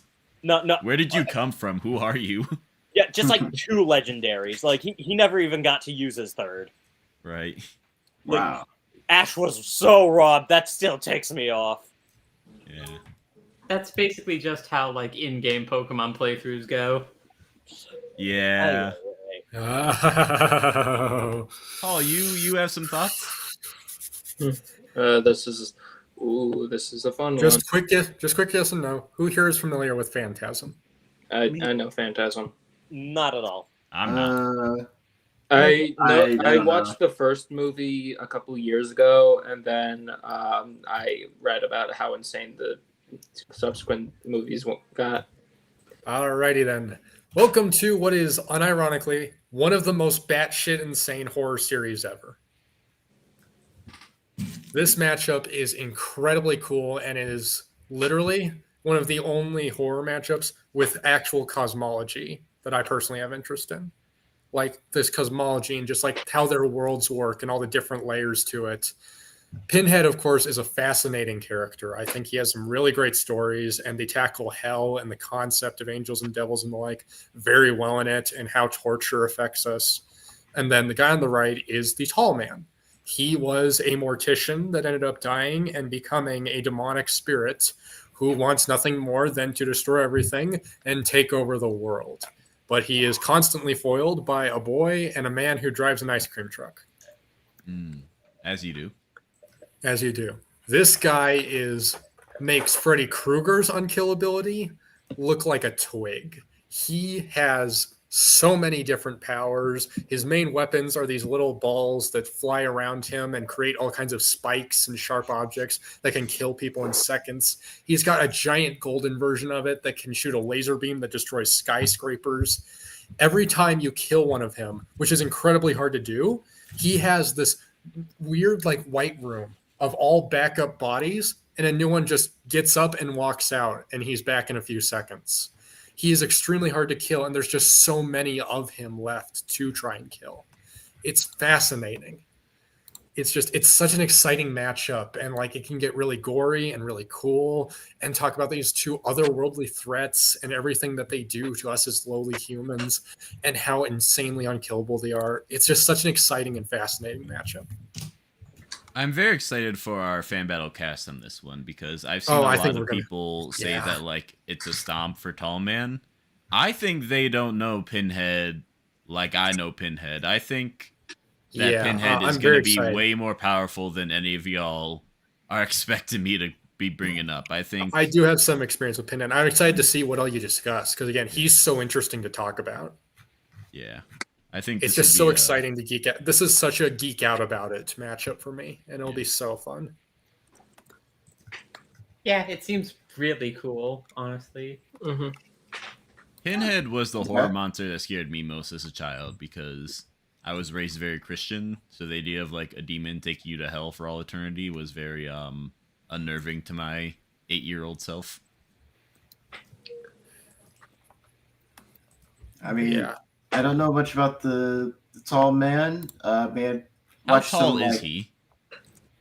Let me double check that real fast. He is relatively... Being a very tall person myself, he is approximately 6 feet 4 inches. To appear even taller in the film, he wore platform shoes and suits that were several sizes too small. Okay, so that's how large he is in real life. Like in canon, do we have a height? Not to my knowledge. He's just so I'd estimate around 8 feet. So he's like, I mean, if he's 6'4", I guess he's like the tallish man. Like, yeah. I remember Tall Man versus Slender Man used to be a thing. Is that just because it's one guy is described as slender and one guy is described as tall? I think it has to do with Tall Man doesn't really target anyone. It is just more his conquest of the world in general. I think it would more play into like just the way their powers play off each other. But I would think there's a little more. Another one of Tall Man's opponents is Freddy Krueger. They have some similarities there that go beyond just sharp things. He is just one of those very bombastic, huge horror monsters with all these crazy things that he did and has done to people with his weapons, and he loves killing people with his balls. I'll tell you what. Delightful. Jobber, we kind of interrupted you. Do you have something to say? I mean, I think I've also watched like a little bit of Hellraiser from like that's where Pinhead is. Pinhead's just essentially a goth masochist. Yes. He's a masochist he's a masochist and a sadist, which is a bad combo. Oof. Okay. Yeah, I don't really have too many thoughts on this matchup, unfortunately, but at least I do know Pinhead at least. Trust me, when we go over and cast, you'll get to learn about these two a lot more. All right. Bet. So first thing I'd like to mention is that's an official Springtrap render, which I had a hard time On believing. a blanket. Yeah. Yep. It's a render for a blanket. Yep. What? This is at a hot topic. You could go buy this right now. Yes. Wow. Huh. So I will say, just to touch on our poll real quick, because we only got a few matchups left. Only I can see the results right now, and right now there is one matchup is winning by 3 votes. Oh, But, Interesting. just letting y'all know, the poll is still out there. If y'all wanna see if maybe you can vote enough to have an upset, but it does seem like one is a pretty clear-cut winner so far. Yeah, that matchup is available. Anyway, Sands versus Springtrap. I don't know how to feel about this one because on one hand I can see the appeal a little bit, but on the other hand, just as a matchup, You're it took taking too long. long. We took too long. No, Why? God, No, that was we from didn't Big do that. Face Tall Man. We gotta Hey. move on. Jim. We're gonna move on now. We gotta move Oh, on. no, That's no, them's the we can't rules. talk about Sands versus Springtrap. Oh no! Someone And so much- did spend whatever shall we $500 do? on this matchup, so I guess we can talk about it a little bit. With all due respect, it just doesn't click for me. I mean, these are certainly popular characters from indie games. Honestly, I find this matchup far too funny to hate it. Like it's I do think there might it's the be something skeleton from legitimate there with Undertale like versus William Afton. Sans fighting a guy who killed a lot of people with a knife, but like at the same time, I think. Like- All right, so I have problems with this matchup, but that's also partially just because I have problems with Springtrap as a whole at this point. yeah. So I feel like there's gonna be bad feelings no matter who Springtrap fights. But I can Unfortunately, kind yeah. of see what the goal is with this matchup. I think it's a little funny to have a FNAF versus Undertale matchup. I think the idea of like Sans fighting someone that is like actually a horrible person kind of feels a little bit better than him just fighting some other guy that judges people. Like, I think thematically, like, the fight... I think it feels better for Sans to be going all out against someone like Springtrap than a lot of his usual matchups, who are just mostly decent people. Yeah, that's fair, actually. I think I like the idea of... I don't know. I mean, It's a weird... It's creative, but it's weird. yeah. I mean, I feel like Sans like. I feel like how his abilities work. He's kind of like a direct counter to like Afton. Like I guess kind of back because Afton he's like a remnant is like basically his soul or whatever. As long as his soul's like still persists, like he's come back like well, Sans like I don't know karma, and then like you know all of a sudden like Springtrap gets hit with things like he's like. Ah! Like, okay, like well, the easy fight, GG's. Like I think at worst, right? I imagine like if Sans like if somehow Springtrap like we just like gave him like the highest possible skilling. Like I don't know. Like somehow Springtrap makes it to the end of the Sans fight. Sans like, well, we're at my final turn. Springtrap's like, well, what's your final turn? This is it. What do you mean? This is it. We're just gonna sit here. What? There's nothing Springtrap could do about it either. He's like, oh no. Like I don't know. This matchup is definitely interesting one. I don't know. I don't think I hate it, but I don't think I'm going to be pushing for it anytime soon either. That's where I'm at. Like, I'm very indifferent. Like, I see the vision, but it doesn't click. I have no idea who these are. I Shinichi know they Izumi versus Hyun-cha. Hyun-cha from Sweet Home.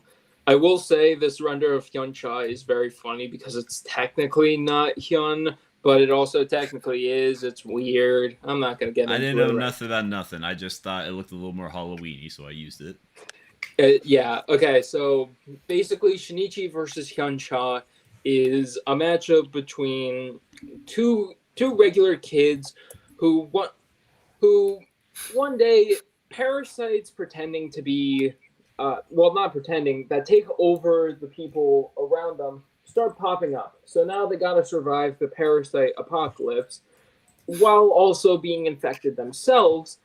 however, due to their own willpower and ingenuity, are able to take advantage of the parasites and then start using it for themselves in order to be able to survive and fight the other parasites that are stalking about.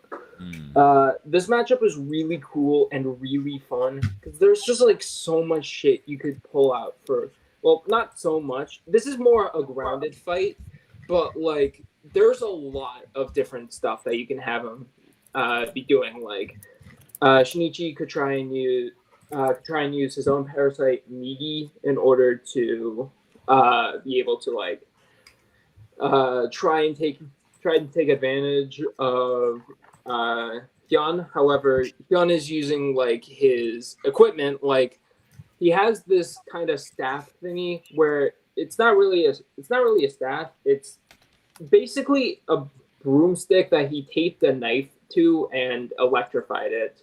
So he can basically stab you and then just like pump a like 500 kilowatts into your body. It's really cool, and you could even have like throughout the fight, Hyun is like giving more and more into the parasite within, because in doing so he would be able to access more of the powers that the parasite from Sweet Home can give. Because the parasite from Sweet Home, it's actually really interesting. Basically, how it works is once it infects you, it figures out what your greatest desire in the world is, and then grants it to you by morphing you into a horrifying monster. So, for example, one guy wanted to be the strongest thing alive. So he became a hulking monster able to bust down walls with just a fist, and is basically a tank. Or there was one disgruntled office worker who all he wanted to do was just kill everything around him. So the parasite turned him into a monster that could then kill anything around him. Hyun's is interesting in the fact that his desire is he wants to be a hero, so it turns him into a knight with like armor and a spear/sword, but like it morphed him into like a sort of like fleshy version of that. So he's wielding like a flesh spear in order to like be a hero. It's really Interesting. Might be a lance. What? The weapon. Yeah, it's like just flesh. It's flesh. But it's really interesting because like throughout the fight you can even have them like separate for a bit, or even have like a Frank versus Leon section where like a bunch of different parasites and Sweet Home monsters start coming about, and then Shinichi and Hyun could take down the monsters and then try and use what they found about the other monsters against each other, but it wouldn't work because of how different they are from the other monsters. There's a lot of cool stuff you can do in this fight, and it would definitely lean heavy into like the body horror of Parasite and Sweet Home,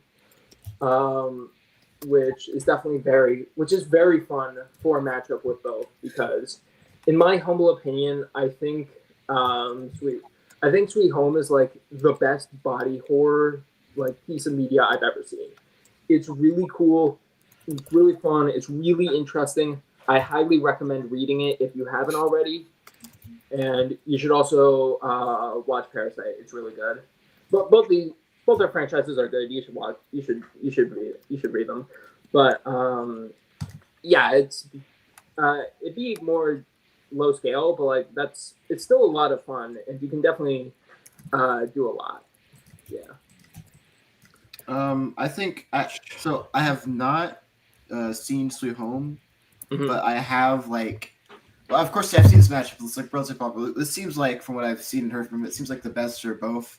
And for Parasite, I've seen Parasite, love Parasite. I think honestly, it's one of those series where like Parasite's so like batshit insane with some of the shit that goes on in that show. Like it's one of the franchises where like like this character, this franchise needs to be on Death Battle. Like this character, the franchise is that like crazy and interesting to me, and it looks like I think Suihome's a good pairing for like Shinichi, you know, and at least also Shinichi doesn't. It's a match where Shinichi doesn't get just murdered frame one. Yeah, always nice. That's a major boon of this matchup. It's the most debatable Shinichi matchup. Like, I think seem very low in stats. Like, I feel like a Resident Evil protagonist would do very well in either of these franchises.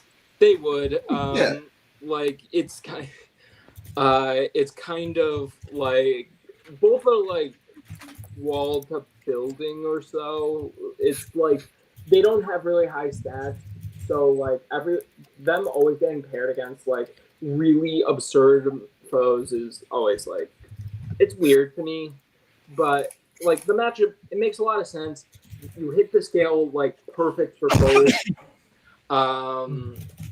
Yeah, there's a lot of really cool stuff you can do with the fight. I love the matchup personally. I'm glad. Yeah. Universal Monsters Battle Royale. I love this idea. Why? That sounds like I don't like it. I'm just like, I'm trying to get you to talk about it. No, of course. One is, I do think this is a really good opportunity for some classic horror and, in a way, classic literature, but just this really interesting concept. Like, we talk about how important Star Trek is to the concept of versus debating as we know it, which is true, but Universal Monsters were the original versus battles in cinema. They were essentially the creation of the cinematic universe.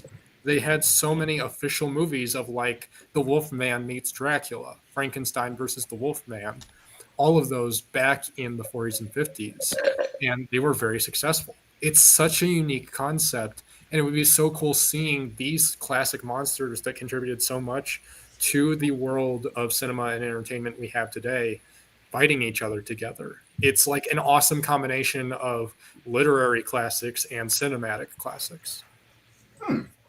Okay.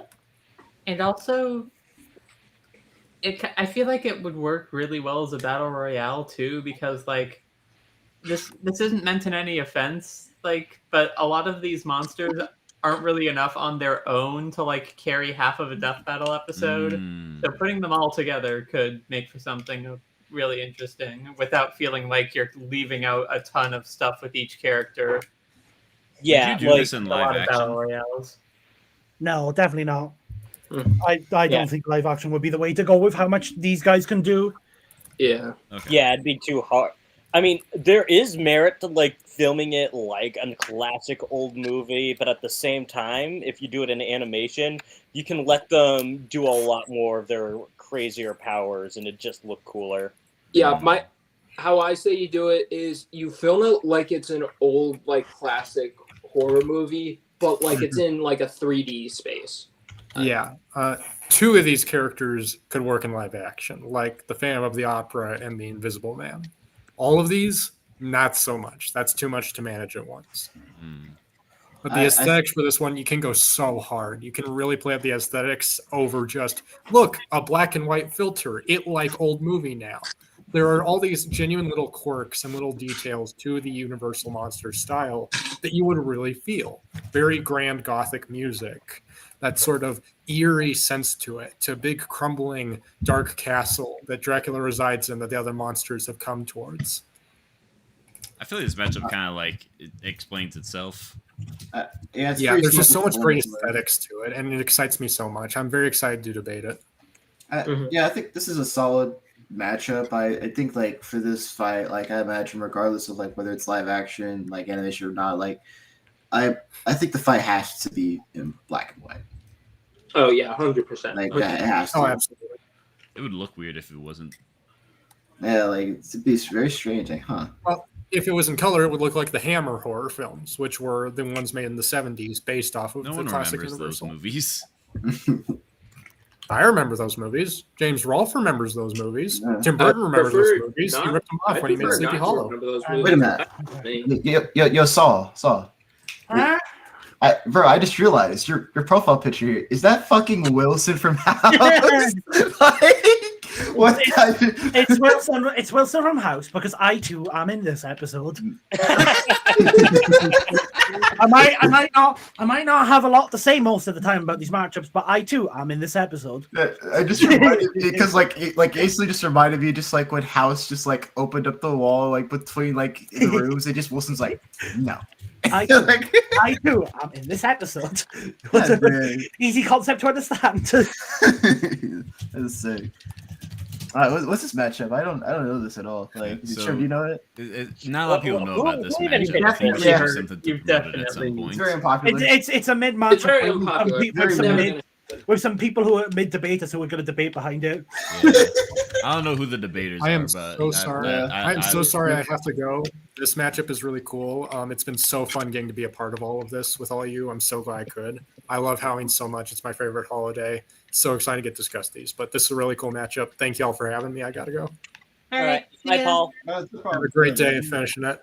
So this doesn't need to be a Halloween matchup. One of the reasons I want to talk about it in the Halloween section is number one, SCP is fundamentally spooky. Like SCP videos always do better in October than they do the rest of the year. That's just like how the setting works.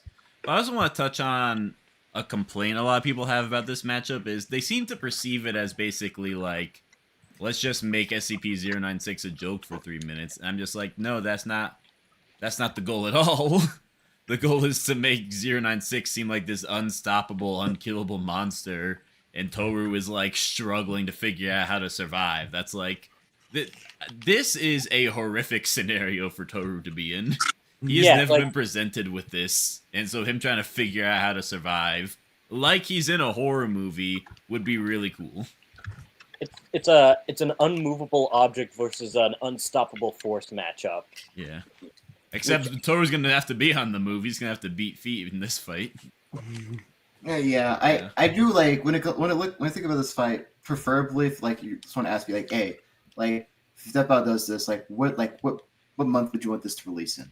Halloween, like, or at least not even like the 31st, like just like somewhere in October. I feel like this fight really does capture some horror vibes. I mean, both of them, Wonder View's a scary ass like stand ability, you know. Wonder just, View is not also just some casual whatever. We make jokes, but it's not a fundamentally goofy state. It is a fundamentally horrifying threat.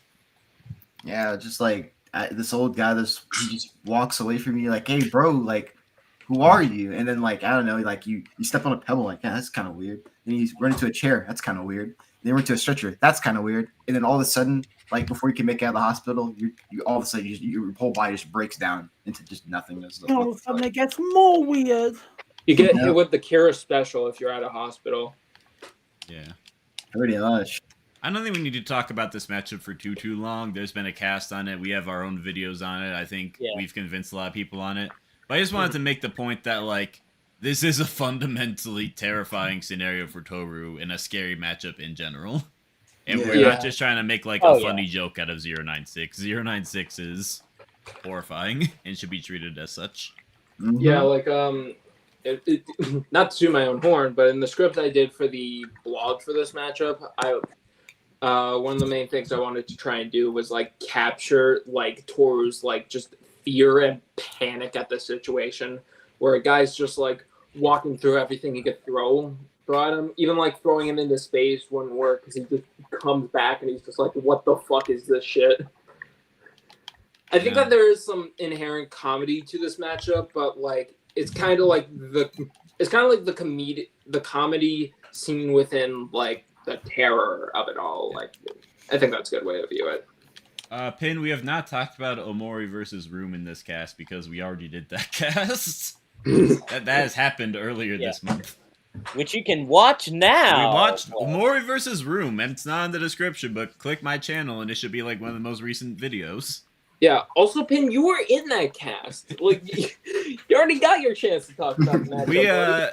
This matchup, you're supposed to have fun with it, but also you should have fun with it after already like respecting the tone it's going for. You're not supposed to have fun with it at the expense of the tone, which I think some people think is what the matchup does. Yeah. Yeah. Now going out, not with a bang, but with a whimper. Yeah, I'll talk about this one because I'm the fucking guy who researched this one. This is The Scare, not Ghost Freak. Some people get that mixed up. The Scare from Ben 10 versus Vlad Plasmius from Danny Phantom. I will. Let's break down who Vlad is for a minute, because that kind of gets into the very apparent issue with these matchups. Okay. Mhm.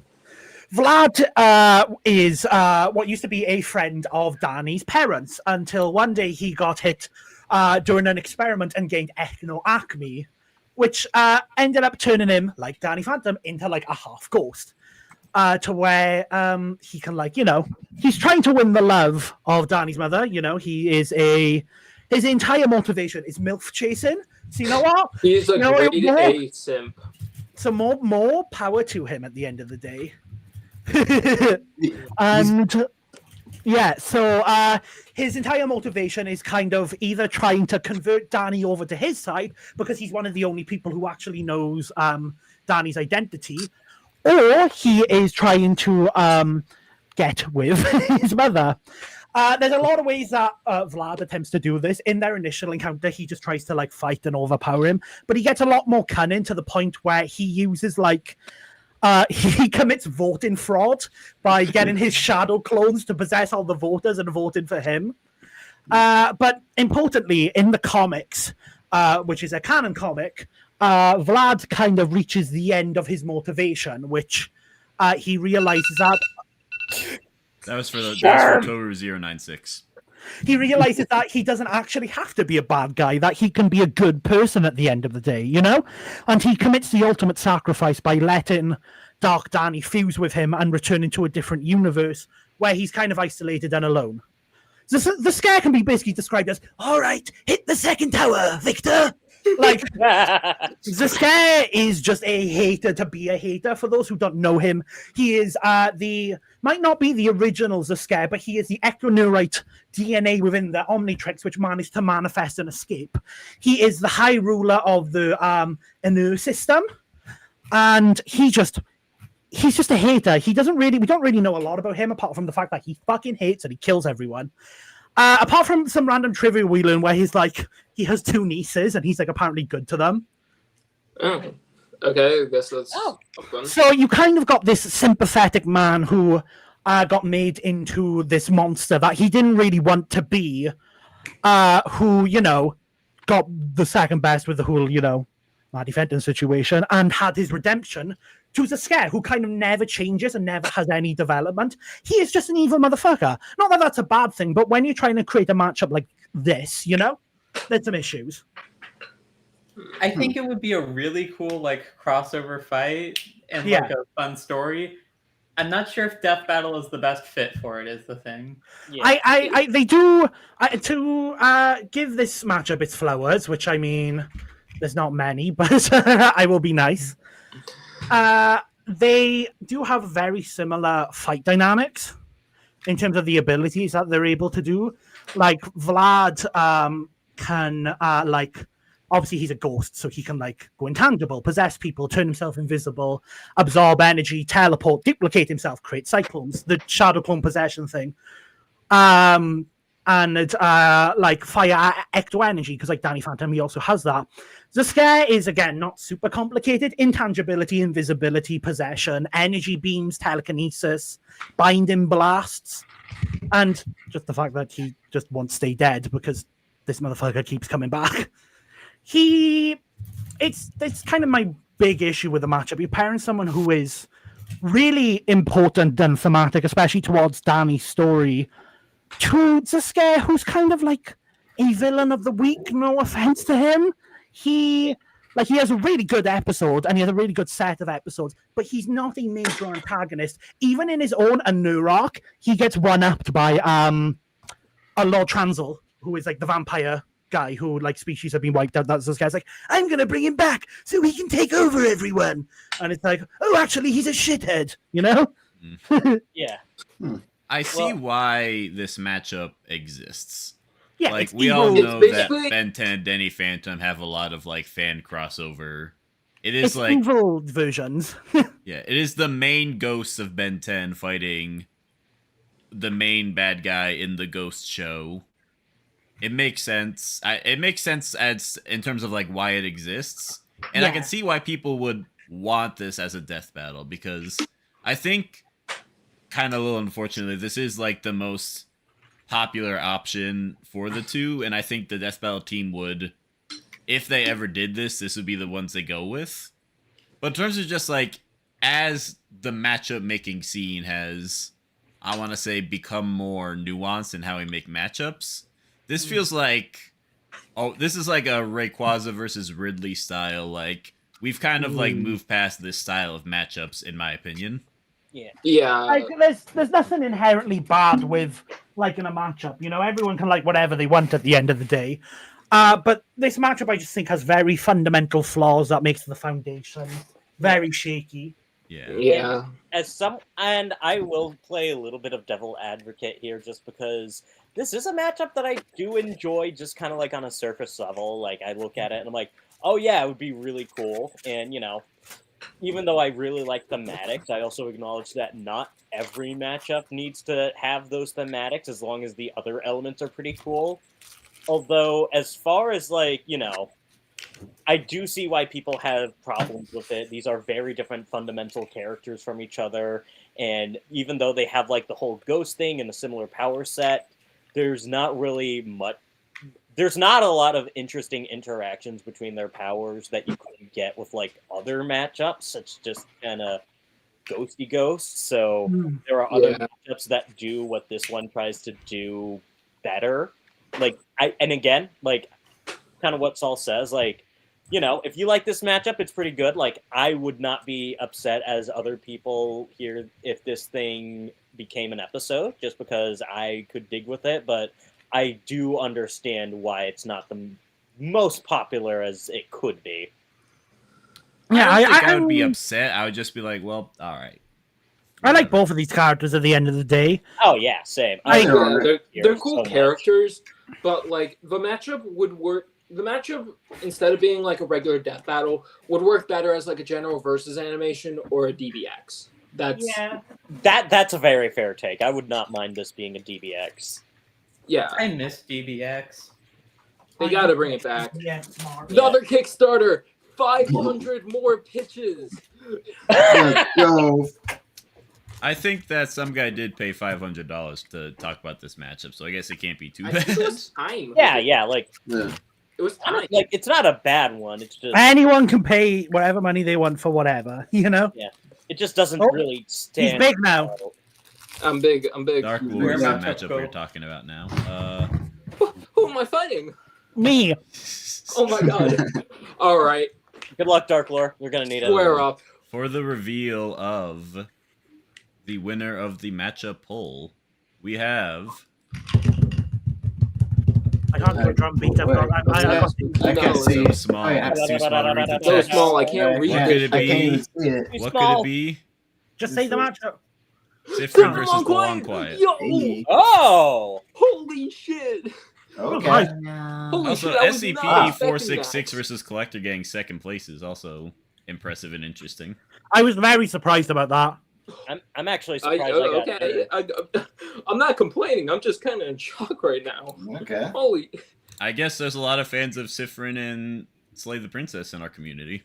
I mean, yeah, like they're both incredible games, but like, holy shit.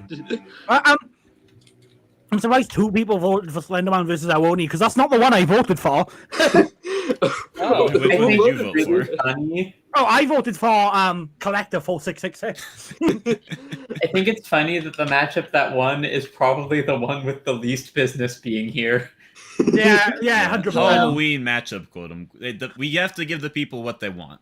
And the people want Seaffron versus the Long Quiet, I guess. Okay, hold on. I'm assuming it's not just hold on, Dark I gotta Lord and his call 4 Fennec, alts that okay? voted for that. I gotta call Fennec. Oh, well, yeah, we're running that back. Yeah, congrats, Dark Lord. With that said, we've been going on long enough. I think someone has something to say about how long we've taken with this podcast. Yes, I think What is that? Yeah. this is from Deltarune Jobber. Oh, okay. I was like, what is that specifically? You should play Deltarune. Pumpkin. If there's one thing people can take away from this cast, it's to play Deltarune. Play Deltarune. With that said, thanks for watching, everyone. We've taken up enough of your time, so we'll be getting out of here. Smelt Jobber, it's always great to have y'all on cast. Saul, Dark Lord Zoro, always great to have y'all on cast. And Mm-hmm. Oh no. I'm Shroom's hat, and this is good night. Yeah. Yes, Chijims. Look, All right. I am I'm Shroom's gonna hat. end the stream now. Bye, guys.